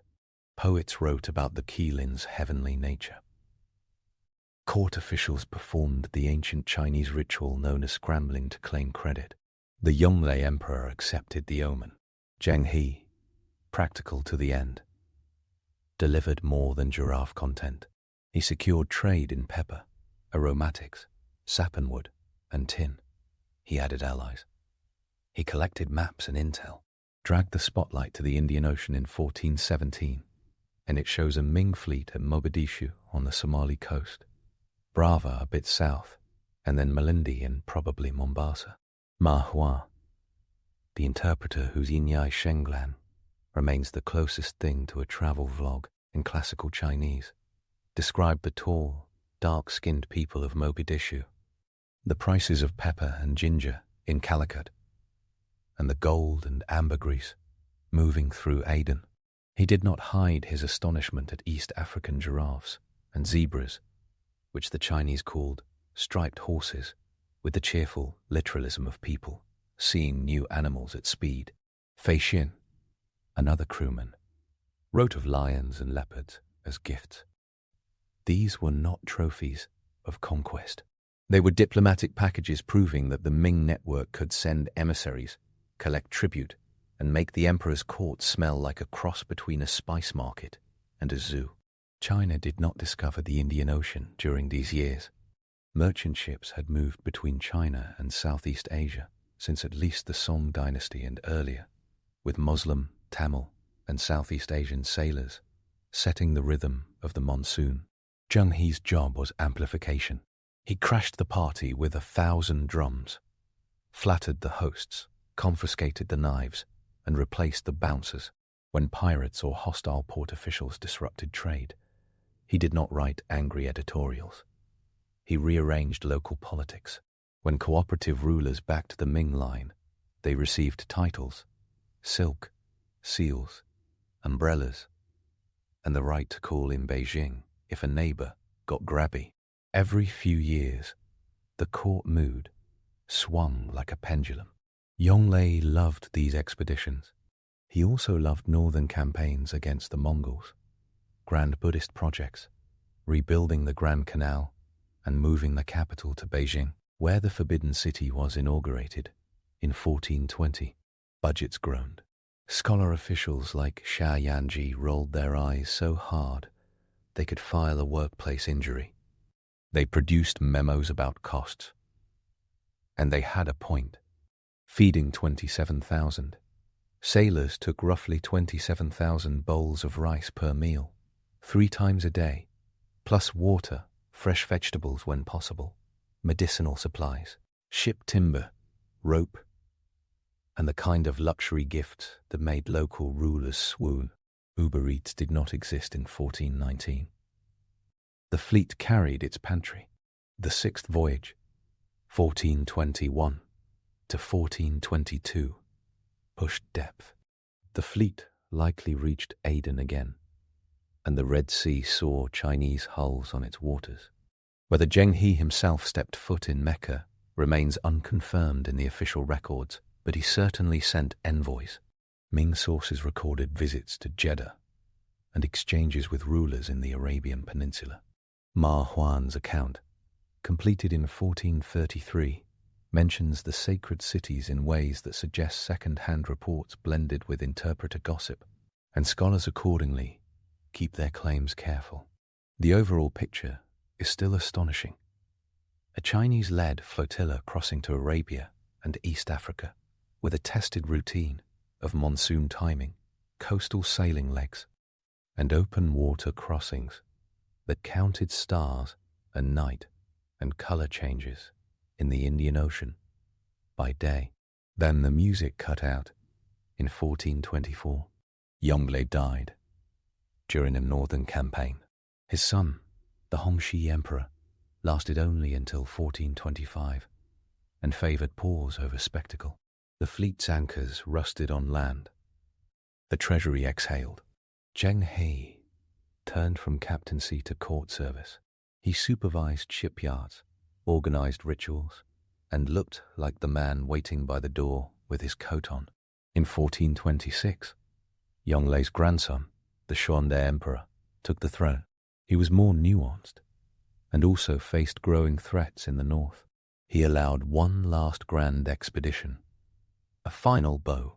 The 7th voyage, 1431 to 1433, began with stone and prayer.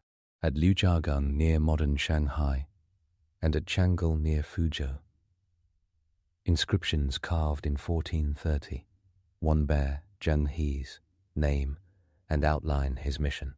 These steels still exist. They read like fortune cookies for admirals. May the routes be safe. May the emperor's virtue attract distant lands. May the sailors return. Then the fleet shoved off. Hormuz again, Calicut again, Aden and the Red Sea again. Envoys salted every deck. The Ming network reached maximum extension and then pulled back, a lung exhaling after a 2-decade inhale. Somewhere on the return in 1433, Zheng He died. Many sources place his death at sea off Calicut. Some later accounts put it closer to home.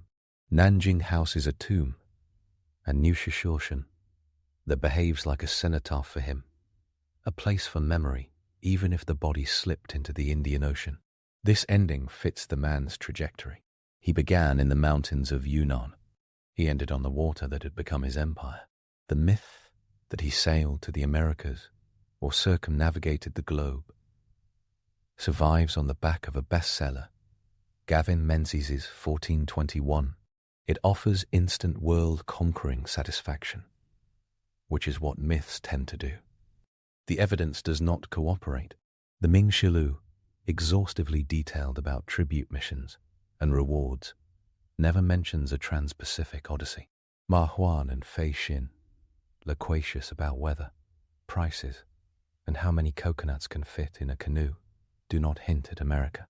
The Malkun map, preserved in Mao Yuanyi's Wubei Ji, 1628, charts detailed routes from the South China Sea to East Africa with place names, bearings, and landmarks that map directly onto known geography. It draws no Pacific arcs to Mexico. Chinese ceramics and coins found in Africa and the Indian Ocean align with every port he visited. The Americas, by contrast, show no Ming anchorheads. Number 15th century Chinese artifacts, deposited in primary contexts. No coastal place names that preserve Chinese phonetics from that era. The myth is a fun campfire tale. The historical record, pooled from the veritable records, travelogues, inscriptions, and archaeology, points to an Indian Ocean titan who did not need a transoceanic cameo to be astonishing. His ships did not single-handedly invent everything, either. Watertight bulkheads appear in Song dynasty texts and were refined by Ming carpenters. The compass came into nautical use in China by the 11th century. Sternpost rudders were standard for large Chinese junks by Yuan times. What Zheng He added was industrial scale and logistical flair. He took existing sailing science, weaponized it with state funding, and fused it to diplomacy that mixed ritual and ruthlessness. Picture an admiral who could convene a multi-faith prayer at a Sri Lankan temple in 1409 and then march inland to remove a defiant king in 1411, and then sail on to India to secure pepper contracts, and then to Hormuz to receive a herd of horses and silverware, and then home to Nanjing with a giraffe carpeting the rumour mill in omen-laced joy. This is the operating system of his career.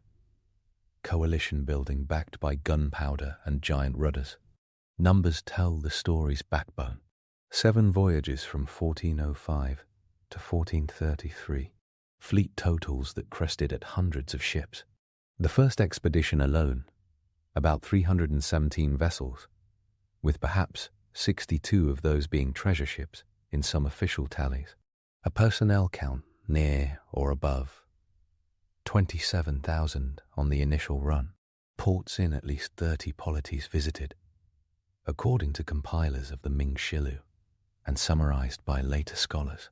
A chronology that places Hormuz on stage by 1413, Mogadishu by roughly 1417, and the Red Sea by the early 1420s. A giraffe appearing in Nanjing in late 1414, as recorded in court poetry and chronicles. The trilingual stele in Sri Lanka, dated to 1409. The Lujagang and Changal steels, carved in 1431. These are the nails that hold the timeline onto the wall. His daily reality would have included the less poetic nails too. Hull maintenance, fresh water management, disease outbreaks, and diplomacy with crew from all over the empire. Ming fleets carried shipboard doctors who performed pulse diagnosis and dispensed herbals. Ma Huan casually mentioned prescriptions for strange fevers in tropical ports. Rations included rice, wheat biscuits, salted fish, pickled vegetables, and sometimes live animals for slaughter on longer legs. Water went foul on open ocean, so the fleet hugged coasts when possible and refilled at known springs. When the fleet committed to open water crossings across the Bay of Bengal between Sri Lanka and the Maldives, and later runs to Arabia, navigators used star positions and dead reckoning. The Mao Kun map shows an obsession with bearings and distances that could be followed at night, sniffing out coasts by island silhouettes and the color of shallows. When storms hit, they learned to sail off the wind and ride it out rather than fight. Mnemonic rhyme stored monsoon calendars in memory, like music. Silk and porcelain went out. Spices, ivory, exotic animals, and captives sometimes came back. The tribute system gets caricatured as one-sided. In practice, it was a prestige exchange with enough spice profit to keep merchants smiling. The emperor issued patents of investiture to foreign rulers and showered them with Chinese goods. They presented local rarities and swore friendship. Back in the provinces, officials tabulated every bowl, bolt, and bead. The accountant class sniffed for waste. Eunuchs sniffed for disrespect. Accusations of corruption passed in both directions, because nothing in the Ming ran without yard-thick stacks of paperwork. Zheng He's identity as a Muslim from Yunnan layered complexity. He supported Buddhist sites in Sri Lanka and honored Hindu gods in temple donations. He transported envoys to Mecca but did not leave explicit evidence that he performed the Hajj himself. Chinese temples across Southeast Asia, Sampukong in Semarang, Indonesia, and other shrines along Java's north coast. Remember him as a patron saint of sailors. In these communities, he became Sampo, a guardian spirit. No colonization program accompanied those memories. The fleet did not plant Chinese garrisons across the Indian Ocean littoral. It installed order, threatened pirates, and rewired tributary relationships. Ports that accepted the Ming Line received protection and prestige. Ports that fought saw their rulers carried onto ships in iron. Hormuz played a long game with him. The island controlled the bottleneck between the Persian Gulf and the wider ocean. Its merchants were experts at staging jewelry, like a Broadway show. When the fleet arrived with silks that gleamed like pooled oil, Hormuzi traders smiled in a language that required no interpreter. The Ming court loved pepper, but it also loved horses for northern campaigns. This meant that the treasure fleet, in one of its more comic beats, functioned as a very expensive horse carrier at times. Horse ships, with stalls built into their decks and careful ventilation, bobbed their way back across the monsoons. Nothing says global empire like a top admiral making sure thoroughbreds do not get seasick. In Cochin and Calicut, competition between Zamorans and neighboring rulers spiced the air with gunpowder and likable drama. The fleet's firepower included bombards and flame arrows, enough to make would-be attackers reconsider. Mahuan's descriptions of Calicut show a port city where Arab, Tamil, Gujarati, and Malay ships arrived in monsoon season waves, each with cooks who brought their own spice blends and equally strong opinions. The Chinese were not the only big personalities in the harbour. They were, however, the loudest visitor to arrive in formation. The ship-size controversy deserves its own aside, if only to keep the internet's comment section from burning the sails.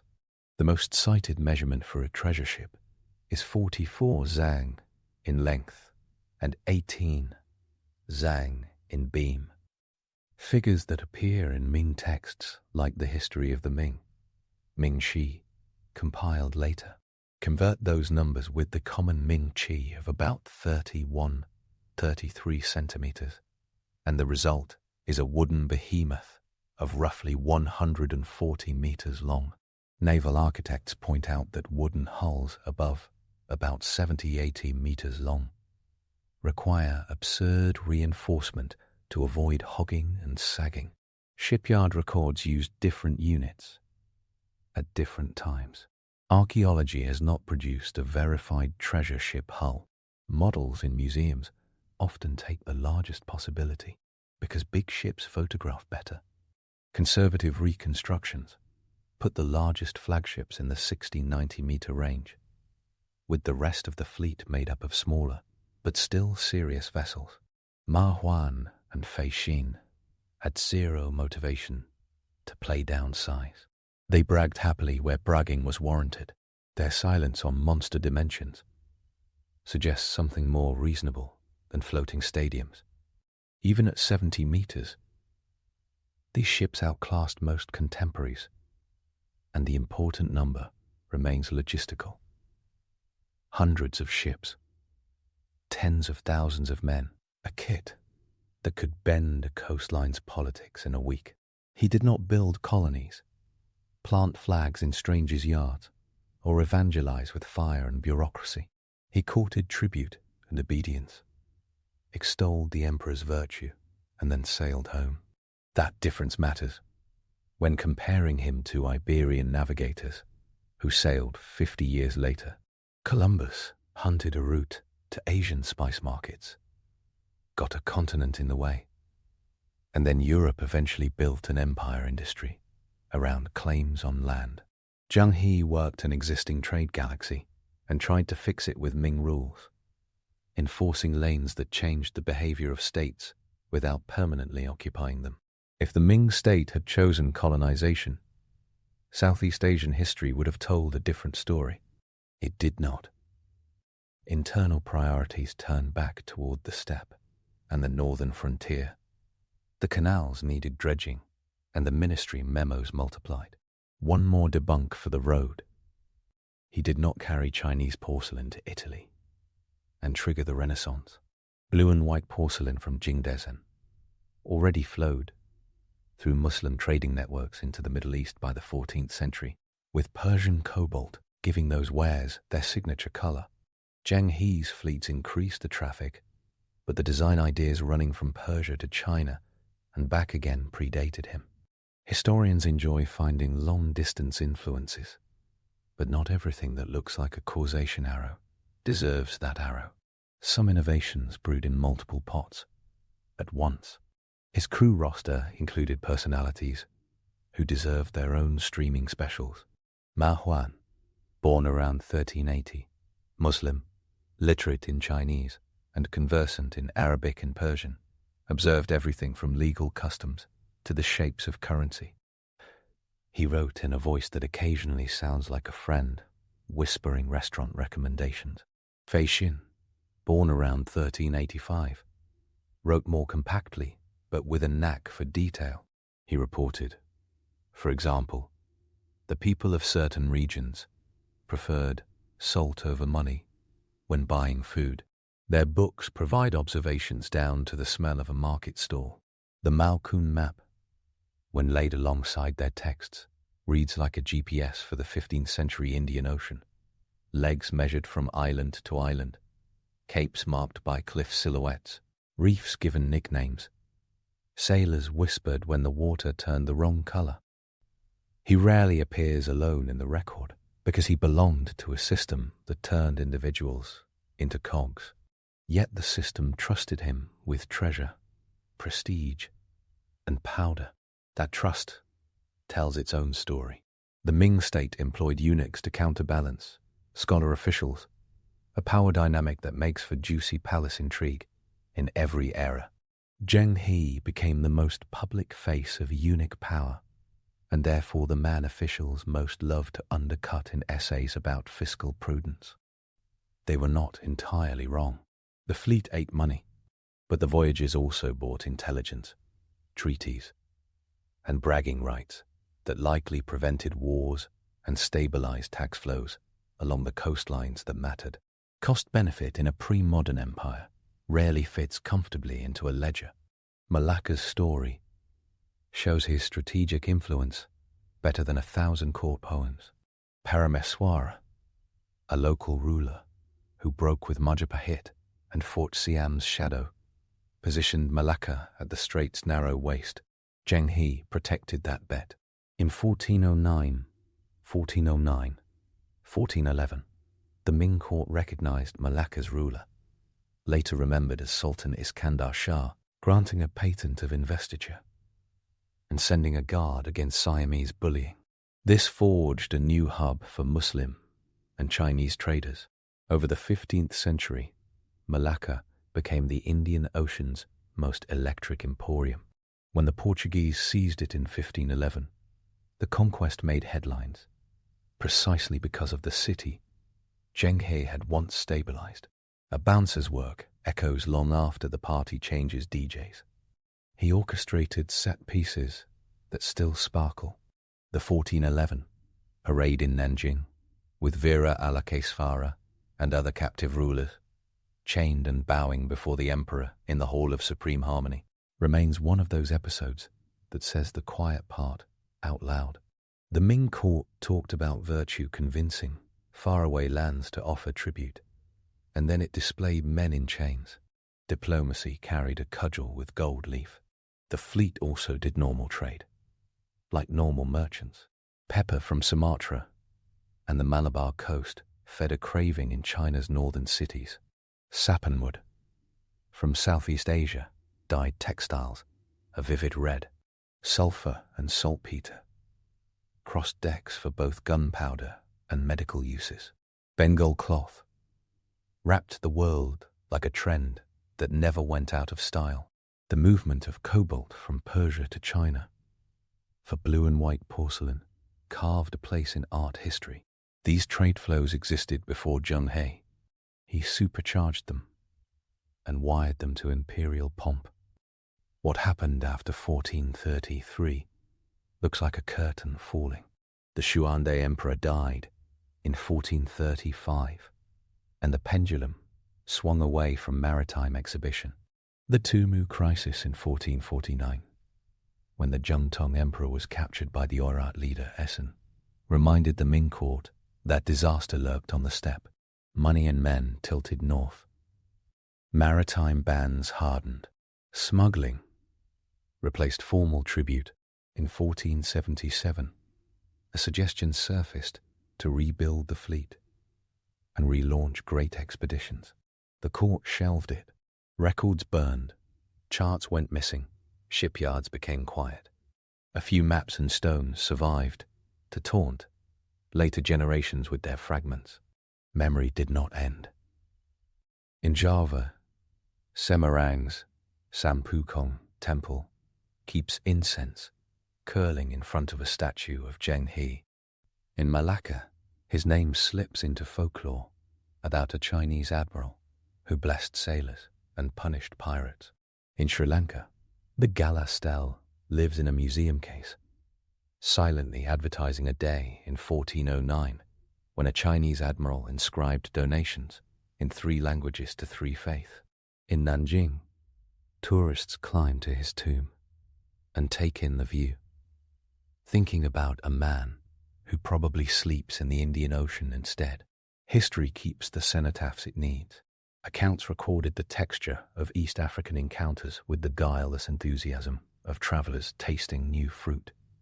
Mahua marveled at the size and complexion of Mogadishu's people, at the cut of their robes, at markets where ambergris and gold moved along counters. He wrote of translation chains, Arabic to Persian to Chinese, Arabic to Persian to Chinese. Then back again. He listed prices for spices with the seriousness of someone who knows that getting pepper rum in Calicut means an awkward audience in Nanjing later. The fleet's interpreters navigated a babel of Malay, Tamil, Gujarati, Arabic, Persian, and dozens of local languages. Misunderstanding could end in war. The fact that wars were rare says something about the caliber of the men whose names only appear as interpreter, so-and-so. Pieces of physical history pop like seashells after a storm. At Chang'an and Lujiagang, the 1431 inscriptions still carry Zheng He's self-presentation as servant of the emperor and protector of the roots. Kilwa and Mogadishu have yielded shards of 15th century Chinese porcelain in archaeological layers that align with the voyage windows. Coins minted under the Yongle and Xuande emperors show up in Southeast Asia in caches that match Ming merchant footprints. In Sri Lanka, the trilingual stele sets the practice of multi-faith patronage in stone. The Mao Kun map preserves headlands and sailing directions that correspond to known landmarks from Guangdong to Hormuz and down to the Swahili coast. Nothing in material culture hints at a Ming campfire in the Caribbean or a souvenir store in Peru in 1421. Everything points to an Indian Ocean orchestra conducted by a man who knew the sheet music and kept time with thunder. The humor in his story tends to wear silks and carry a sword. Giraffes cameo in court poetry as Keelim. Ostriches trot across palace courtyards in a way that probably terrified dignitaries in long robes. Lions and leopards arrive as diplomatic offerings and generate frantic meetings about cages. The imperial mint issues medals and seals to rulers in ports where the local nickname for Chinese merchants is cash with legs. Scholar officials write long letters about how it might be cheaper to buy pepper from domestic smugglers than to send an armada to fetch it.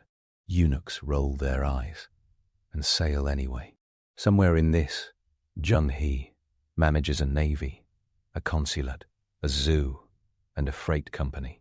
He navigated a multicultural self without needing to proclaim it on banners. As a Hui Muslim serving a Confucian court while funding Buddhist and Hindu temples, he demonstrated a 15th century version of soft power that felt refreshingly practical. He recognized that ships get safe passage when locals feel honored. He understood that temples anchor port communities and that donations buy goodwill for repairs, water, and arbitration. He combined those instincts with machine-grade force when diplomacy failed.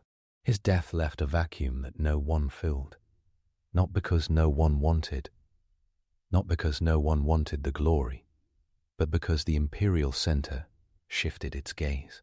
A century later, Europeans showed up on the same shores with caravels and cannon, and a different appetite. The comparison often collapses into a simple contrast.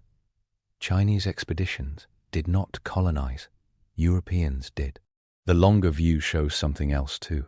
Zheng He's world was already globalized by the monsoon network. His achievement lay in hacking that network with state power and doing it on a scale no one had seen.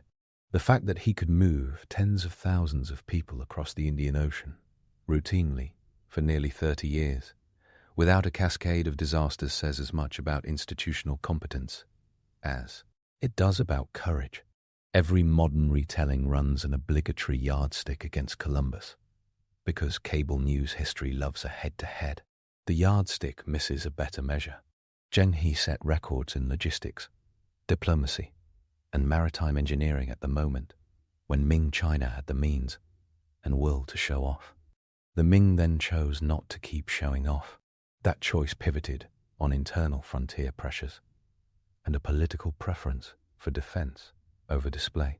He becomes, therefore, the symbol of a road not taken by the Chinese state. That symbolism lets modern storytelling assign him too many capes.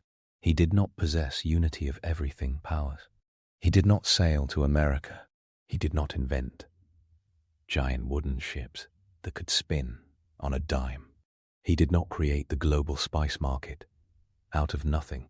He played conductor for a few grand symphonies, recorded enough of the sheet music to let historians hum, and then set down the baton when the emperor told him to go home.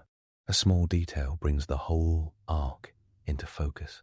The Maokun map gives bearings in phrases like sail on a heading of X degrees for Y watches, until a mountain that looks like a crouching tiger appears. It is so specific that a sailor could apprentice on it and run the route with confidence. That level of procedural knowledge was the quiet heart of the operation. Not the big ships, not the giraffes, not the parades. A chain of instructions held in memory and copied in ink, passed from captain to captain, port to port. Zheng He's legacy lives in that chain as much as in the inscription stones. He did not just stomp around courts with gifts. He taught a generation how to ride the monsoon, like a rail line. If an image has to end the story, pick Nanjing in 1415. The court stands under painted beams. Silk whispers. Officials fan themselves with bamboo. The emperor is in gold. A giraffe steps forward, legs delicate as calligraphy strokes, neck bending as if curious about all the noise. Some see Killeen, some see Africa, some see a budget item with a pulse. Zheng He stands back a pace, steady and watchful, the man who found a way to turn wind and water into imperial theatre without the boat capsizing. The Ming will sigh later and put the ships away. He, at least, sailed while the wind was perfect. And in the records left by Ma Huan and Fei Xin, on the steels at Lujiagang and Chang'an, in the quiet routes of the Maokun map, the wakes of those voyages still curl across the page. And now, let's continue with our next story. The rise of the Sassanid Empire, Persian power, a Roman emperor kneeling in the dust and grabbing at a Persian king's horse, can ruin anyone's day. It also announces a new world order. In 260 C at Edessa, Shapur I of the Sasanian Empire, captured Emperor Valerian alive. Roman writers cried, "Scandal, sacrilege, the end of dignity." Persian rock reliefs quietly carved the memory into stone. That image at Naxes-e-Rustam, near Persepolis, with Shapur on horseback and Valerian kneeling, still does the talking. It says, Persia is back. He did not appear out of nowhere. The Sasanian state rose from a pocket of land that European mapmakers loved to colour in as a footnote, Persis, or Fars, a rocky bowl of mountains and salt flats hugging the Persian Gulf. In the late 2nd century, the Arsacid Parthian Empire had sagged like a tent with too few pegs. Noble houses ran their own show. Kings took turns looking exhausted. This is where a minor, local dynasty, laser-focused and way too ambitious for its zip code, started throwing elbows. The family names are not shy. Sassan, a priestly figure attached to the temple of Anahita, supplied the prestige. Papak, also written Papak or Babak, did the political muscle work in Fars. Around 205, 210, he toppled the local rulers at Istakar and placed his son Shapur on the throne. Ardashir, Papak's other son, ran the cavalry garrison at Darabjed and watched the chessboard like somebody who had already memorized the endgame. When Shapur died, Ardashir took the main chair without a moment of ghosting the competition. By about 211, 212, he controlled Fars and started building like a CEO, signing every construction permit he could grab. The ruins at Firuzabad tell his mood.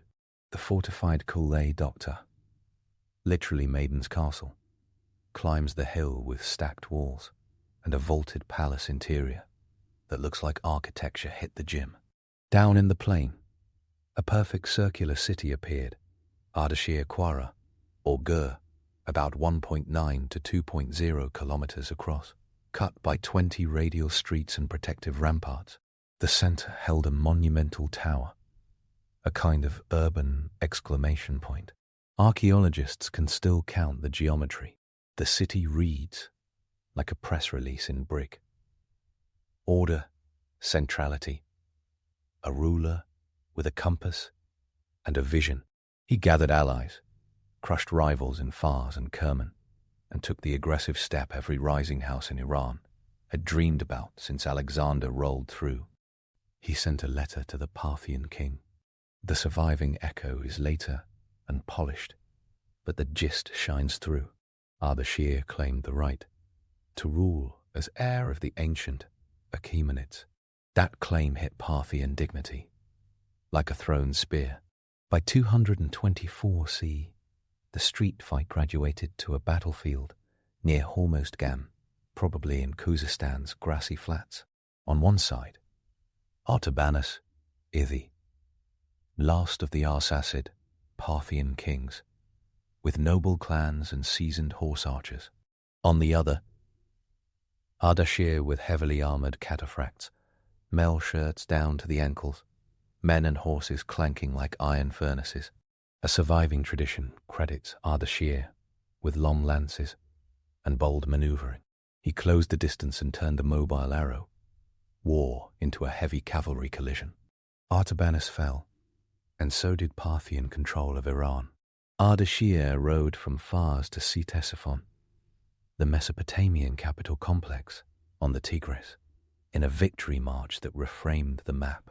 Around 226, he took a title carved to last: Shahanshah, King of Kings of the Iranians. This was not a mild rebrand. He did a full reboot. He enforced a more centralized monarchy than the Parthians ever managed, while dressing it in the robes of older Persian grandeur.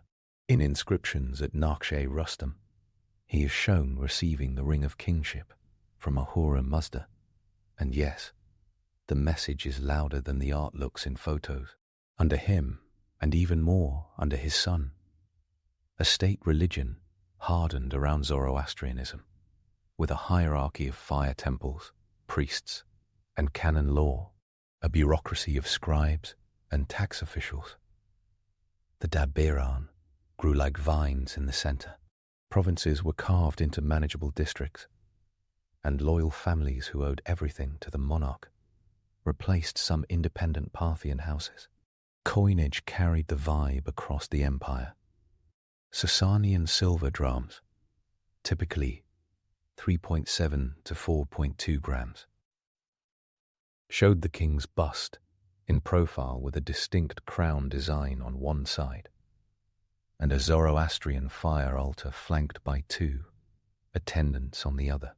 The imagery shouted divine sanction and controlled prosperity. The text was in Middle Persian, called Pahlavi, which looked like a script invented by someone determined to make every letter double as an optical illusion. That script anchored law, inscriptions, and royal proclamations. The coins circulated from the Roman frontier to the eastern oases. A money economy set more than 1,000 imperial slogans. Ardashir's army pushed north and west. Hatra, a fortress city between the Tigris and Euphrates, with god-tier walls, resisted him. In the east, he leaned on local lords in Sakistan and Kerman to submit or face the new cavalry religion, and they read the room correctly. He also stared openly at Rome's eastern territories, especially the Carchemish-Nisibis corridor that the Parthians had coveted. The Achaemenid ghost that haunted his imagination always looked at Syria. Then came Shapur Pi, Sun, and Hammer, ruling sea. 240 to 270. Under him, the Sasanian Empire went from strong presence to headline act. He fought Rome 3 times and turned 2 of those rounds into Persian cinema. Gordian III marched against him in 243 at the age of about 19, and Roman coins had not even finished celebrating Gordian's baby-faced victory fantasies. When the campaign spun out, Shapur recorded his version in a long Middle Persian inscription on the Kabaye Zartush cube at Nabshi Rustam. He claimed victory near Mesih in 244 and said Gordian died in the desert. Roman accounts prefer an inconvenient accident or assassination. Either way, the emperor never made it home. Philip the Arab signed a peace. Shapur bragged that the Romans paid an indemnity and recognized his sway in Armenia. Even without a reliable spreadsheet of numbers, there is no doubt cash changed hands. Philip presented himself as restorer of peace, and priests in Rome lit incense. Meanwhile, Persian engineers and artists pumped out proof of confidence. At Bishapur, a new city in Fars, carved with Roman-style mosaics, appeared. The urban grid looked Mediterranean. The royal reliefs showed Persian winds. At Shushtar in Khuzestan, a massive river diversion and dam system included the Bandi Kaisar, the Caesar's Bridge, heavy stone piers with Roman-style arches. Later tradition remembered Roman prisoners of war doing the heaviest lifting. The complex remains a hydrological flex that still makes modern engineers take notes. The second Roman round was even flashier. In 260, after battering the Roman East, Shapur fought Valerian near Edessa. Roman sources like Lactantius turned the Persian victory into a cautionary tale for overconfident emperors. Shapur's relief shows a kneeling Valerian offering submission, while another figure, often read as Philip, gestures in despair.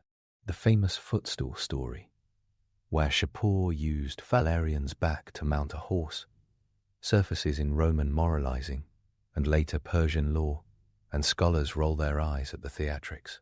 The hard fact stands. A Roman emperor lived and died in Persian custody. Shapur shipped thousands of artisans and soldiers deep into Iran, resettled them near Gunday Shapur and Bishapur, and pressed their skills into local monuments and industries. The Sassanid state learned Roman tricks and exported its own. Religious policy under Shapur and his early successors added steel to the imperial spine. A priest named Kartir rose under Shapur and left graffiti-level sermons etched in rock, claiming to have promoted Zoroastrian orthodoxy while humbling others. His inscriptions brag about restricting Manichaeans, Christians, Jews, Buddhists, Hindus, and anyone else who challenged the ritual order.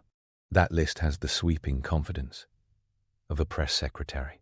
Modern historians balance it with evidence of tolerated Christian communities, a powerful Jewish scholarly world in Babylonia, and long stretches of coexistence. Still, under Bahram, around 276, the prophet Mani was executed and his followers hunted. The message for the empire's identity was not subtle. The fire altar on the coins was not only art. After Shapur, some reigns flashed and faded, but the state structures held.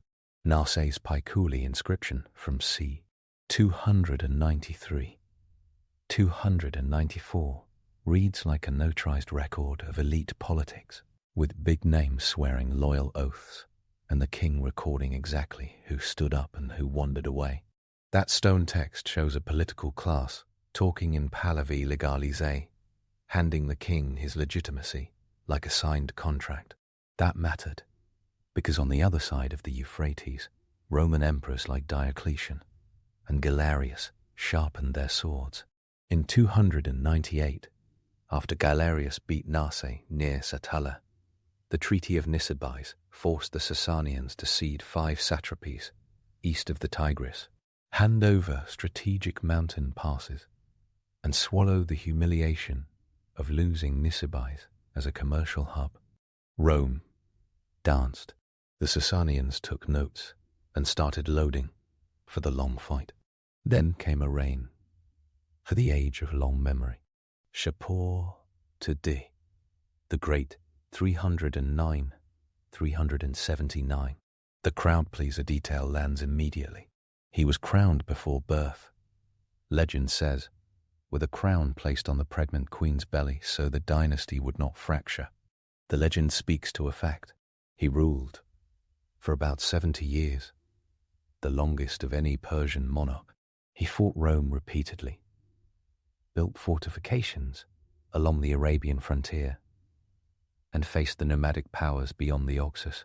In the 330s and 340s, he laid siege to Nisibis 3 times.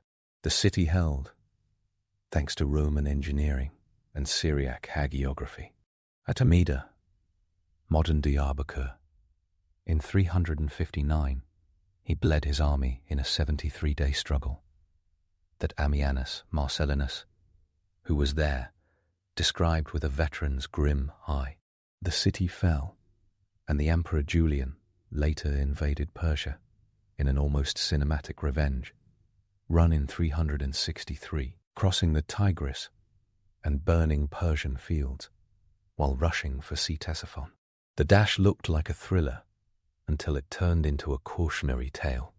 Julian died after a spear wound near Samarra. His successor Jovian cut a hasty deal, surrendering Nisibis, Singara, and those 5 Tigris satrapies back to the Sasanians. Shapur the watched Rome retreat and wrote a line under his ledger. Lost in 298, regained in 363. Patience pays. He had spent part of his reign beating back nomads and raiders along the southern Gulf and northeastern frontier. Arab tribes pressing into the Sawad, the rich alluvial lands of Iraq, learned that the Sasanian cavalry was not purely for show. Medieval Arabic sources remember punitive campaigns into Bahrain and Yamama. To the northeast, new steppe forces, often lumped under the label Huns, probed Oman's margins. Those fights hardened Sasanian logistics and marching routes. The whole time, something steady and slow worked in the background. The Sasanian state had started reading and writing itself into every corner of daily life. Priests codified rituals, judges recorded precedents, and land taxes were counted in detailed registers. The world beyond watched, sometimes with envy.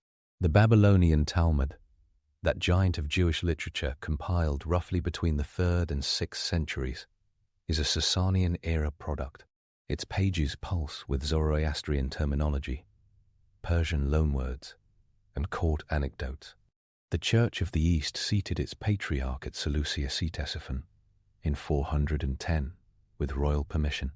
Whatever the friction, the Sasanian court liked having every community booked under a spreadsheet. There were stumbles nobody could spin. Under Yazdegerd, too, and then Perizai, the eastern frontier, exploded. The Hephthalites, the so-called White Huns, surged out of Central Asian corridors and wrecked armies. In 484, Pero charged into a trap. Near Baal was killed, and his army was annihilated. The loss cut deep. Later Persian histories like Al-Tabari's account remember ransoms, humiliating tributes, and even the requirement that the King of Kings bow from horseback to a Hephthalite ruler. Elite families in Iran's heartland stepped in to stabilize the state, especially the powerful Karen and Suran houses. From this chaos, a new kind of Sasanian monarch learned survival through adaptation. Kavad I, who reigned 480, 490, 6, and 498, 531, rode that wave. He flirted with the social reform movement associated with Mazdak, a charismatic preacher who attacked hoarding and advocated a radical redistribution of wealth. Later hostile accounts portray Mazdakism as communal property, and even communal marriages. The polemics overshadow a core point. Kavad used the movement to slash the power of magnates, blocking revenue and conscription. The nobility revolted in 496 and dumped Kavad in prison. He escaped, found refuge at the Hephthalites court, married into it, borrowed an army, and stormed back in 498 or 499. The message to Iran's elite landed like a thunderclap. The king would play every game on the board to keep the center from collapsing. He also tested Byzantine nerves. In 502, he took Amida after a punishing siege. Rome, which had just renamed itself, New Rome a few centuries earlier, and never stopped behaving like a heavyweight, through troops under Anastasius and then under Justin I. Peace in 506 froze gains without harmony. The frontier around Dara became a chessboard, where the slightest misjudgment drained treasuries. Then Khusro I arrived, and the empire clicked into a new gear. His regnal title came with a prayer team, and Ashurvan, the immortal soul, or more realistically, the undying glory. He ruled 530, won 579, and earned a reputation that even his enemies respected. He cancelled the Mazdakite experiment. According to Persian and Arabic sources, thousands of Mazdak's followers were executed around 528, 529, and Mazdak himself died, possibly buried alive, upside down, in a garden, as a grim parable. The brutality has a context that modern democracies do not envy. Khusro needed a monopoly on force and tax. The reforms stacked. He standardized land taxation across the empire using surveys and fixed assessments, a relief for farmers who previously negotiated with taxmen like gamblers at a bad table. He organized the army into more stable units and created 4 major Sparbed commands: North, South, East, and West, a move scholars reconstruct from seals and later references. That structure broke the single-point failure of one commander trying to do everything. Local gentry, the Dakhans, cemented as a backbone class. Rural aristocrats, loyal to the crown, often Persian-speaking and proud of their ancestral villages. They ran farms and mustered cavalry.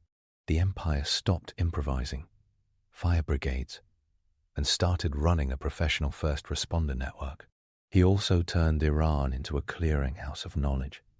When Justinian shut down the philosophical schools of Athens in 529, a group of Greek philosophers found tolerance under Khusro I. Diplomatic arrangements eventually sent them back, but the signal was unmistakable. Translators at Gundeshapur and elsewhere rendered Greek, Syriac, and Indian texts into Middle Persian. Medical schools flourished. Legends about chess, arriving from India during Khusro's time, echo a real intellectual curiosity. Chatrang, chess, and nard, backgammon, entered Persian elite culture as brainy entertainment with strategic undertones. The Academy of Gundeshapur, a composite of palace, library, and medical center, became a crossroads for Indian numeracy and Greek anatomy. Centuries later, Arabic translations would ride these Persian networks straight into Abbasid Baghdad. Diplomacy and war remained the other half of his education. The eternal peace of 532 with Justinian came with an 11,000 pound gold subsidy from the Romans, a number Procopius of Caesarea recorded with a salaryman's bitterness. Peace lasted until Khusro crossed the frontier. In 540, seized Antioch and marched its population to a brand new suburb near Ctesiphon, jokingly yet officially named Way Antioch Khusro, literally better than Antioch, Khusro's Antioch. Persian humor had a municipal department. The Lazic War in the Caucasus raged in the 540s and 550s. Alarms sounded from Dara to the Black Sea. The Treaty of 562 stabilized things, but collected annual Byzantine payments. That was the Sasanian version of late Roman defense policy. Make them pay, then pick the next hill. The empire ran behind the scenes on the kind of logistics modern armies study. Relay stations and mounted couriers, based on the old Iranian chapar system, made sure the Shah knew what was happening from Merv to Asuristan. Granaries stocked soldiers, the elite cavalry, the Isvaran, trained with long lances, composite bows, and the kind of horsemanship that made later Arab conquerors stare with a mix of fear and admiration. War elephants appeared in the field as shock units, their psychological effect outpacing their tactical utility in rough country. The imperial banner, the Drafshi Kaviani, fluttered in tapestries and on coins, a sunburst of royal charisma tied to an origin myth about a blacksmith leading the people against tyranny. Myth can be an organizational chart. Hormizd, Khusro's son, ruled 579, 590 and infuriated certain factions by trying to check both the nobility and the priesthood. The result was a palace melodrama with spears. A brilliant general named Bahram Chobin beat Turkic forces in the northeast, got insulted by the king for reasons that could start a Herar lawsuit, and turned his army into a rebellion.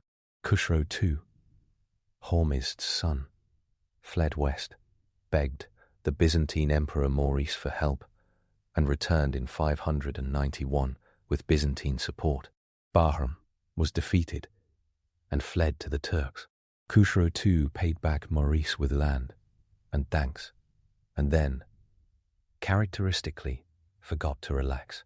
Khusro II Parviz, ruling 590-628, took imperial ostentation to influencer levels.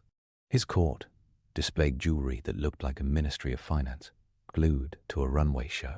The palace at Ctesiphon, the Taki Kisra, or Arch of Khusro, still stands as a gigantic brick-vaulted Iowan arch about 37 meters high and 26 meters wide, a gravity-defying barrel vault, shouting royal wealth.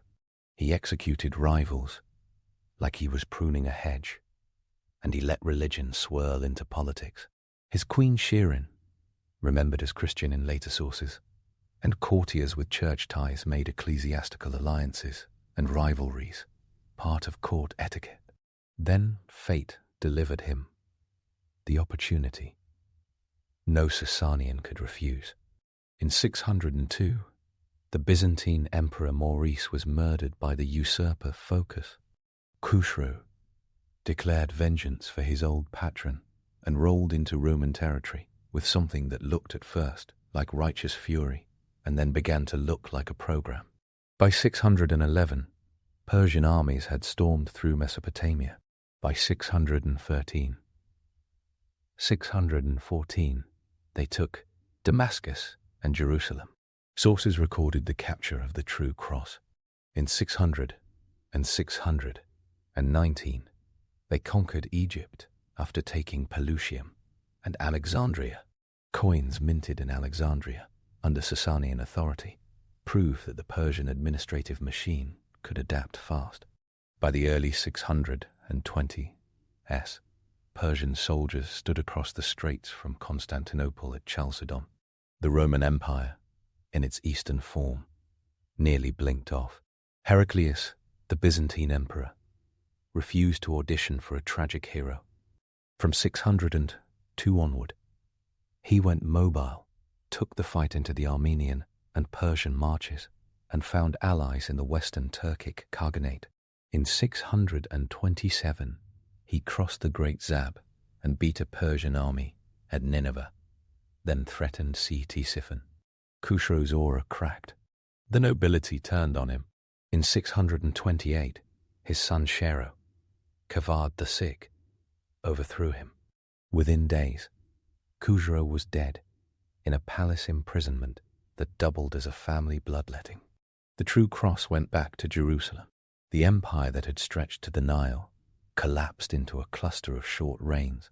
Between 628 and 632, at least 6 different monarchs wore the crown, including Queen Boran, who issued coins in her own name and tried to stabilize a flood with diplomacy and tax reform. She was murdered. The court looked like a reality show, edited by a grim poet. That vacuum pulled in a new force rising out of Arabia. The Sasanian court had abolished the Lahmed Arab client kingdom at Al-Hira in 602, partly over a personal dispute between Khusro II and Al-Numan III, and partly because centralizers hate buffers they do not control. That decision left the southwestern frontier open, with garrisons in Al-Hira and along the Euphrates poorly networked, to a court in meltdown. In 652, the Prophet Muhammad died, and the Rashidun caliphs unified Arabia's tribes with a religious and political energy that turned raids into campaigns. The early battles were sharp and local. In 633, Muslim armies struck at Ulay and Hira.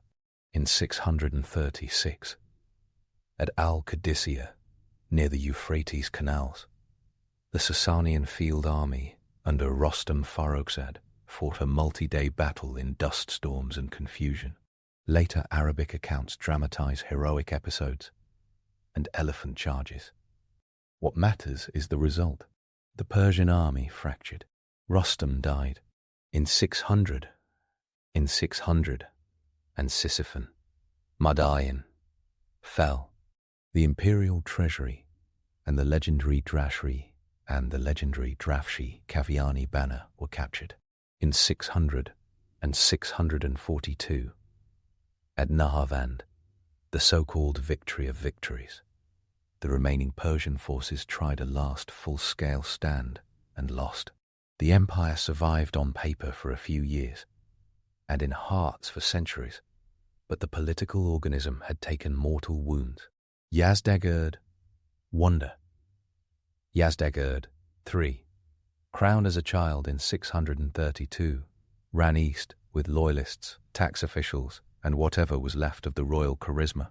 In 600 and 651 near Merv, he was killed, possibly by a miller who had his own rent struggles. The Sasanian crown ended as a story told by survivors. The state, though, seeped into its conquerors. The early caliphate borrowed the Sasanian Diwan, the administrative payroll and tax bureau, and the Bereid postal routes. Arabic dirhams copied Sasanian silver coins so closely that early Islamic silver shows the Persian fire altar and ruler bust with Arabic marginal inscriptions, noting the year in the Hydra. Calendar, the Abbasid court in Baghdad, founded in 762 just up the river from Ctesiphon, dressed like a Persian court with Islamic ethics. Persian families like the Barmakids, once Buddhist administrators in Balkh, turned Muslim viziers, ran finances with the same cool math. That is the story in wide angle.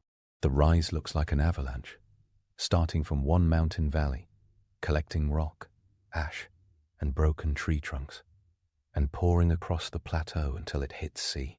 The pieces are gorgeous even up close. Ardashir's ideological move deserves a slow look. He invented nothing when he called on Achaemenid heritage. He reactivated a dormant language that still lived in village tales, ruins, and a persistent sense of Iranian identity, known as Iran Shah, the land of the Iranians. The Achaemenids had called themselves kings of countries, with satrapies from Anatolia to Bactria. The Sasanians did not simply larp those conquests. They built a new kind of Iranian monarchy out of post-Hellenistic tools. They used Greek and Aramaic, scribal habits, Parthian noble networks, and Zoroastrian orthodoxy to write a manual of state. That manual went beyond posture. It wove peasants in the Sorwad, carpet weavers in Fars, and caravan masters near Merv into one tax roll. His capital decisions show a taste for layered reality. Ctesiphon became the winter court, a city that was really a cluster of cities, Greek on one bank, Persian on the other, old Parthian palaces sharing horizons with new brick vaults. Summer palaces in Fars and Media let the court outrun the worst heat. The royal hunt was not an aimless hobby. The silver plates that show kings hunting boars and onagers celebrate a ritualized test of courage, archery, and endurance that doubled as military training. The kings boasted that they protected order against chaos, and they did it by shooting wild swine in perfect poses. Art as propaganda, but also as instruction. The empire projected images with precision. The kings wore crown types visible on coins and on reliefs, with crenellations, wings, or corimbos globes, each signaling a ruler's identity at a glance.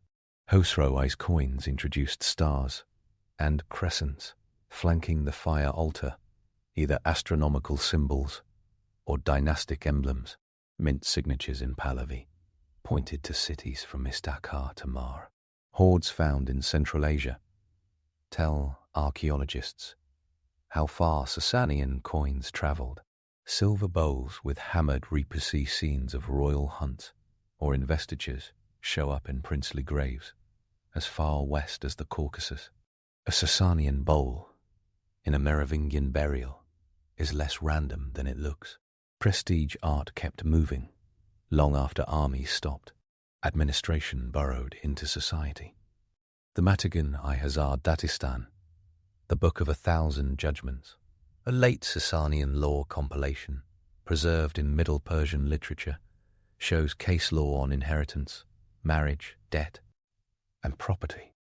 The four-class model of society: priests, warriors, scribes, and producers, repeats in texts like a moral mosaic. In reality, social mobility existed. A talented scribe could climb. A decan could angle for a court title. A cathedral city's bishop could meet the Shahanshah and negotiate taxes. The class list functioned more as an ideal of balance than as a welded cage. Religion had edges and cushions. Zoroastrianism under the Sasanians built a clergy with a chief priest, the Mogdan Maud, who could check kings and demand dard, who could check kings and demand ritual propriety. Fire temples burned with sandalwood, or local wood, where sandal was a luxury. Priests enforced purity laws about corpse disposal and water contamination with enthusiasm. But the lived landscape contained Jews studying in academies at Sura and Pumdita, Christians who aligned with the Church of the East and accepted a separate bishop from the Byzantine Patriarch, Manichaeans who whispered teachings along trade routes to Chang'an, and Buddhists and Hindus in the empire's far eastern towns. Cartier bragged about suppressing all of them. Evidence shows consistent pockets of pluralism, especially when kings needed everyone calm for tax season. Armenia, always perched on the hinge between Iran and Rome, wrote one of the most poignant chapters. Under Yazdegerd II, in 451, Armenian nobles led by Vardan Mamikonian fought the Battle of Avrer against Sasanian attempts to enforce Zoroastrian rituals. The Armenians lost the field, and Vardan died, but the memory glowed. By 484, the Treaty of Envalsac recognized the right of Armenians to practice Christianity. That compromise shows something essential. The Sasanian monarchy liked uniformity, but it liked order more. Their wars with Rome and then Byzantium were not just border spats. They were the longest-running heavyweight rivalry of antiquity, with 1,000 cuts. Every fortress in Mesopotamia acquired a saga. Dara, built by Emperor Anastasius around 505 as a thumb, in the Persian eye, became the scene of Belisarius's victory in 530. Nisibai seesawed between empires until Shapur two empires until Shapur II locked it into Iran. Every treaty included money. Every truce prepared the next campaign. Procopius, Agathias, Menander Protector, and Ammianus left pages that modern readers inhale like eyewitness reports. A Sasanian document answers silently from rock and coin. Myths cling to this period like vine to brick, and they deserve a reality check. The Achaemenid-style immortals were not a Sasanian unit with that exact name. Later Arabic and Persian texts mention Zhaidan, the immortal ones, but historians suspect an echo of older tales or a poetic description of an elite guard. The Sasanian heavy cavalry and royal guard, the Pushtikban, were absolutely elite and terrifying. The label immortals, though, mostly belongs to earlier centuries. Another myth takes Cartier's swaggering inscriptions at face value and concludes a monolithic religious police stalked every market. The record shows more nuance.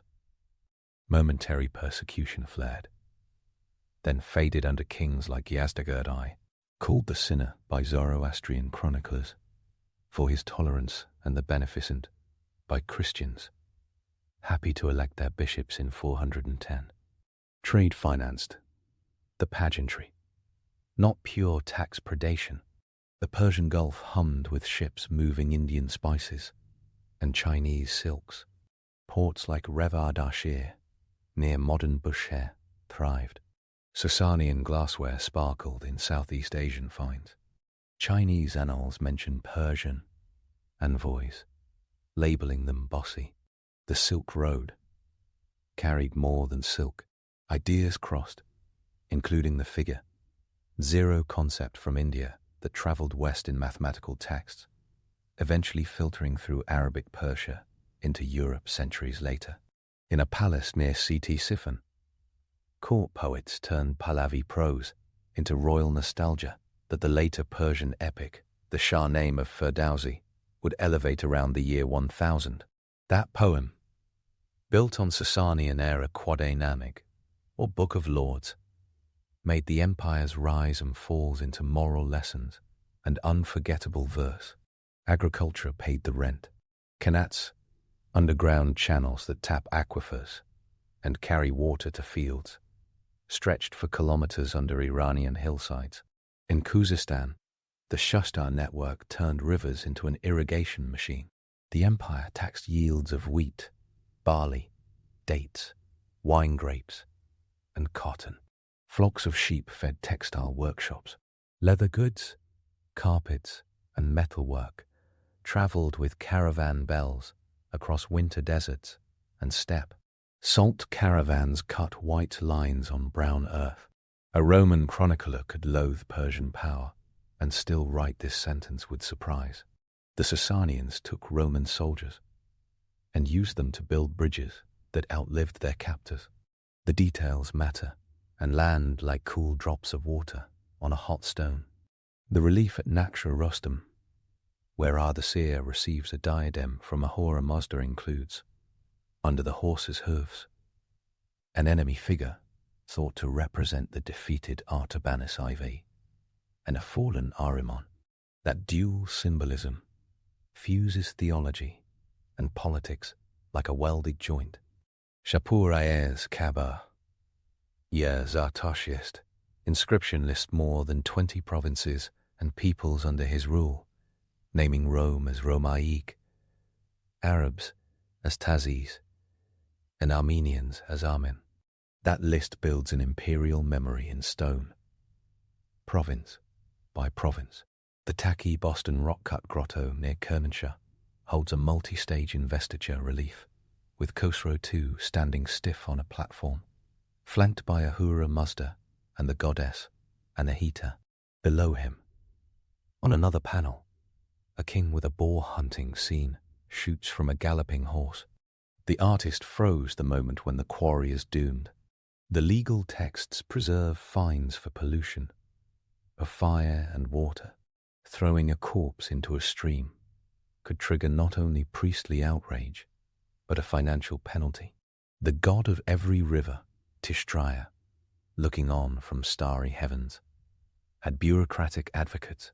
The Treaty of 562, between Khosrow I and Justinian, recorded by Menander Protector, spun out specifics about fortresses in Lazica and trade routes that read like property lines in a tense neighborhood. The two empires micromanaged the Black Sea. When the Sasanian king Yazdegerd, I allowed the Church of the East to elect a Catholicos at the Synod of Seleucia Ctesiphon in 410. The decision established a Christian hierarchy that would later send missionaries along the Silk Road to Chanjan and beyond. There are moments when the human side of all this power leaks through like sap from a cut tree.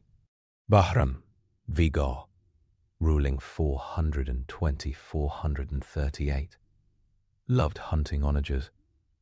The wild ass and his epithets stuck. His court nurtured musicians and poets. Persian tradition credits him with a romance with a woman named Azadeh, and with challenging minstrels to invent songs on the spot. Historians separate legend from day job and then notice a structural truth. Even at the height of imperial sternness, Persian kings groomed the arts to show that a good life existed under their shadow. Prosperity, romance, for domestic consumption and for export. The empire died, but it also lived on inside the thing that replaced it. Arabic would become the language of government in the caliphate, but Persian scribes kept accounts. The diwan outlived the crown. The calendar kept Nowruz as a public festival, adapted to Islamic law, and later dynasties from the Buyids to the Sassanids waved Sasanian memory like a banner. The concept of Aranshah, the idea of a land with a moral and cultural border, survived the conquests and re-emerged as a backbone for new Persianate states, speaking Persian, writing in Arabic script, and reading the Shah name like a mirror. Underneath the gold and stone, the Sasanian rise teaches a few simple rules of historical physics. Centralization beats noble anarchy. When professional soldiers can get paid, myth fuels loyalty when it rides the back of steady administration. Trade routes feed empires whose armies know how to break fort and whose engineers know how to cross rivers. States that can flex between orthodoxy and tolerance when revenue and survival demand it, outrun those that live only by zeal. And empires fall when the center fights itself for too long and underestimates a new kind of energy at the edge. The raw numbers are stark and do not care about tragedies or perfect courtyards. From 224 to 651, roughly 427 years, the Sasanian Empire held Iran together with a distinct identity and stood in a 50-50 rivalry with Rome's heirs. It fought, negotiated, married, and built with the best of them. It collected towns by the dozen and provinces by the score. It minted millions of silver drams that kept buying and selling centuries after the last Sasanian royal prayers rose in Ctesiphon. It watched one Roman emperor die in the desert and another kneel. It watched a Roman emperor hit its gates and die surrounded by Persian cavalry. It watched an Arab army ride in with faith on fire and rewrite its story in a new language. Eyewitnesses and rocks keep speaking. Ammianus Marcellinus punctures illusions about easy wars with vivid accounts of sieges and marches where thirst killed more men than arrows. Procopius, official propagandist and snarky sidebar, author of The Secret History, captures Khosrow I's heists and Antiochus' fall with dramatic rhythm. Agathias hands over paragraphs where Sasanian engineers look like the smarter kids in class. The Kabaye Zartosht inscription, the Paikali Tower, blocks, the Taki Boston panels, and Nakshi Rustam's carvings tell their story in Pahlavi letters and chiseled poses. Arabic historians, like al-Tabari, writing in the 9th and 10th centuries, collected court traditions and gave the end of the empire an epic frame, complete with brave last stands and bitter lessons. Put this into street-level imagery, because history is a set of rooms and roads, not just a set of dates.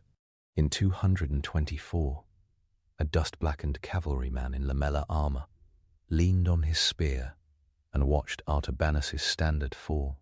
50 years later, a Roman prisoner in Khuzestan learned to shape brick and helped lock a bridge's arch behind a wooden frame.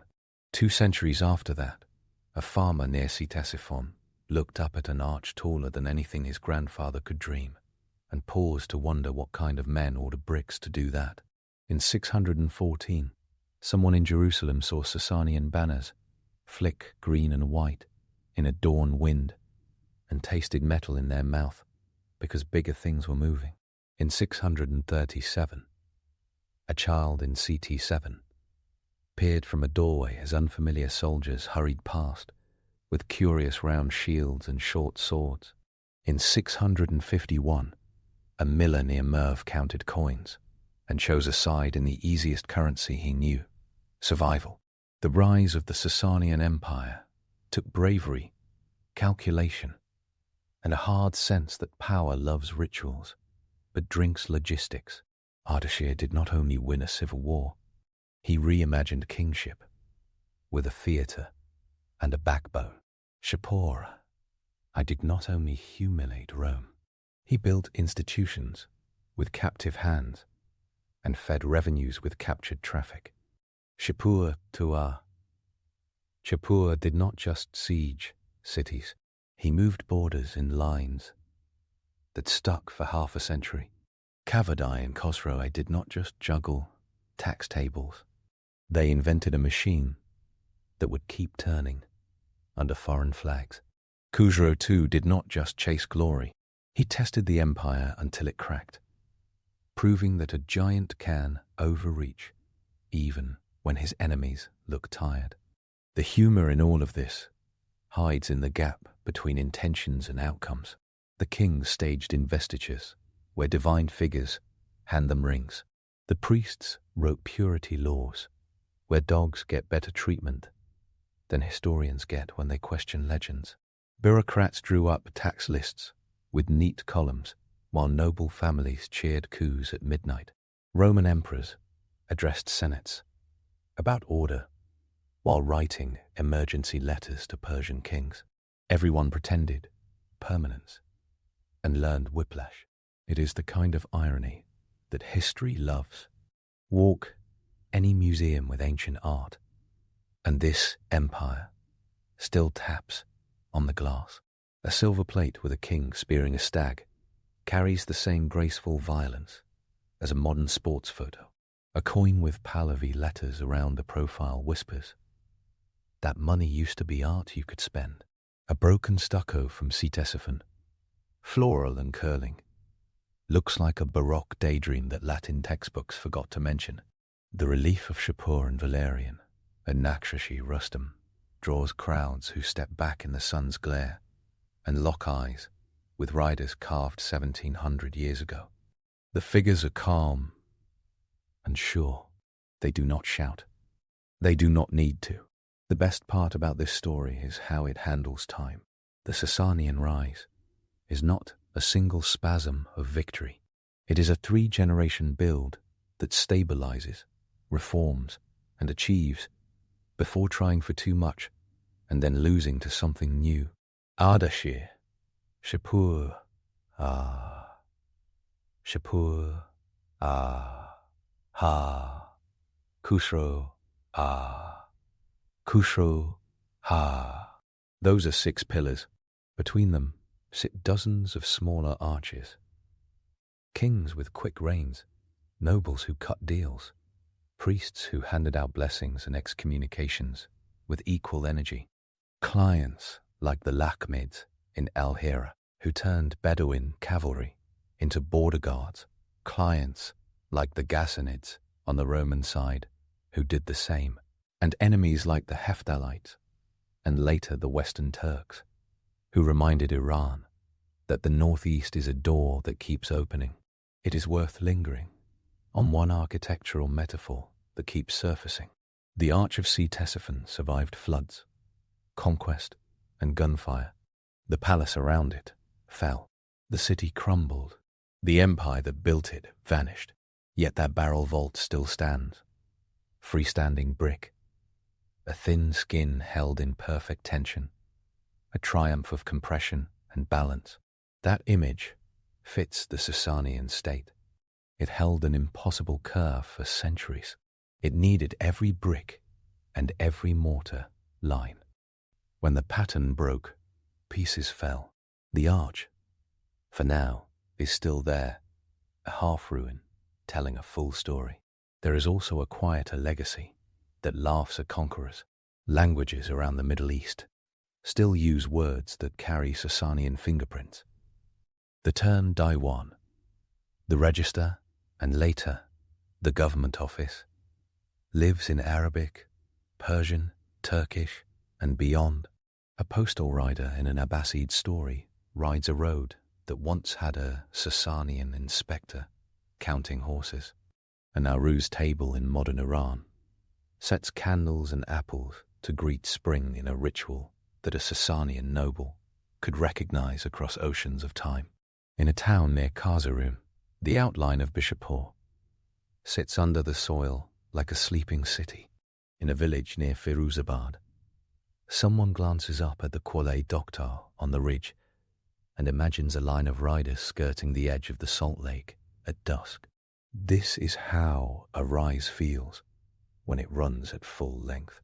It starts small and local, with a father named Papak ejecting, a rival, and a son named Ardashir building a round city from scratch.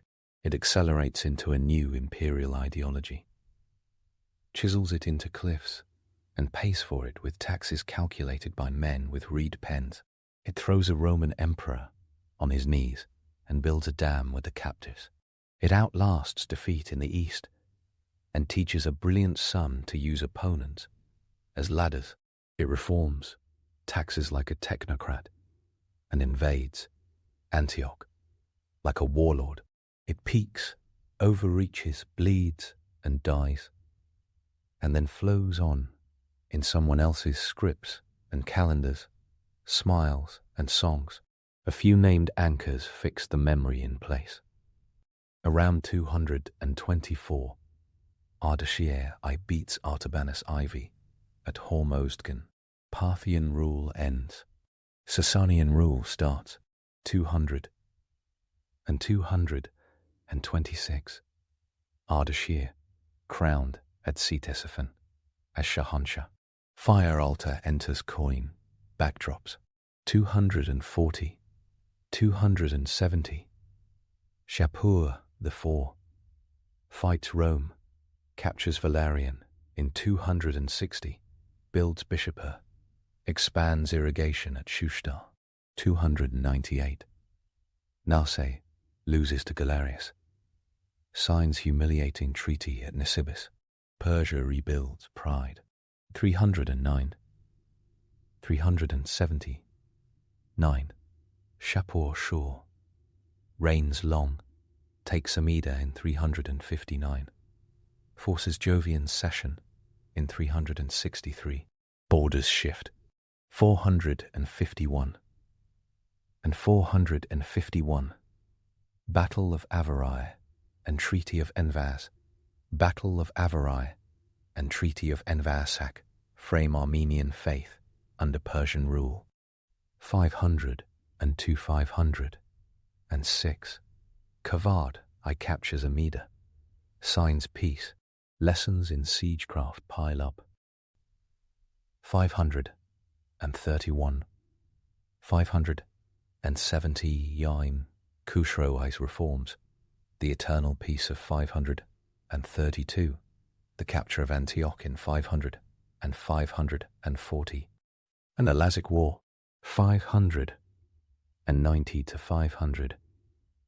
591 Baham Chobin's rebellion, and Khusro Sayer's restoration with Maurice's help. Geopolitics pay dividends. 602, 602, 602. 8.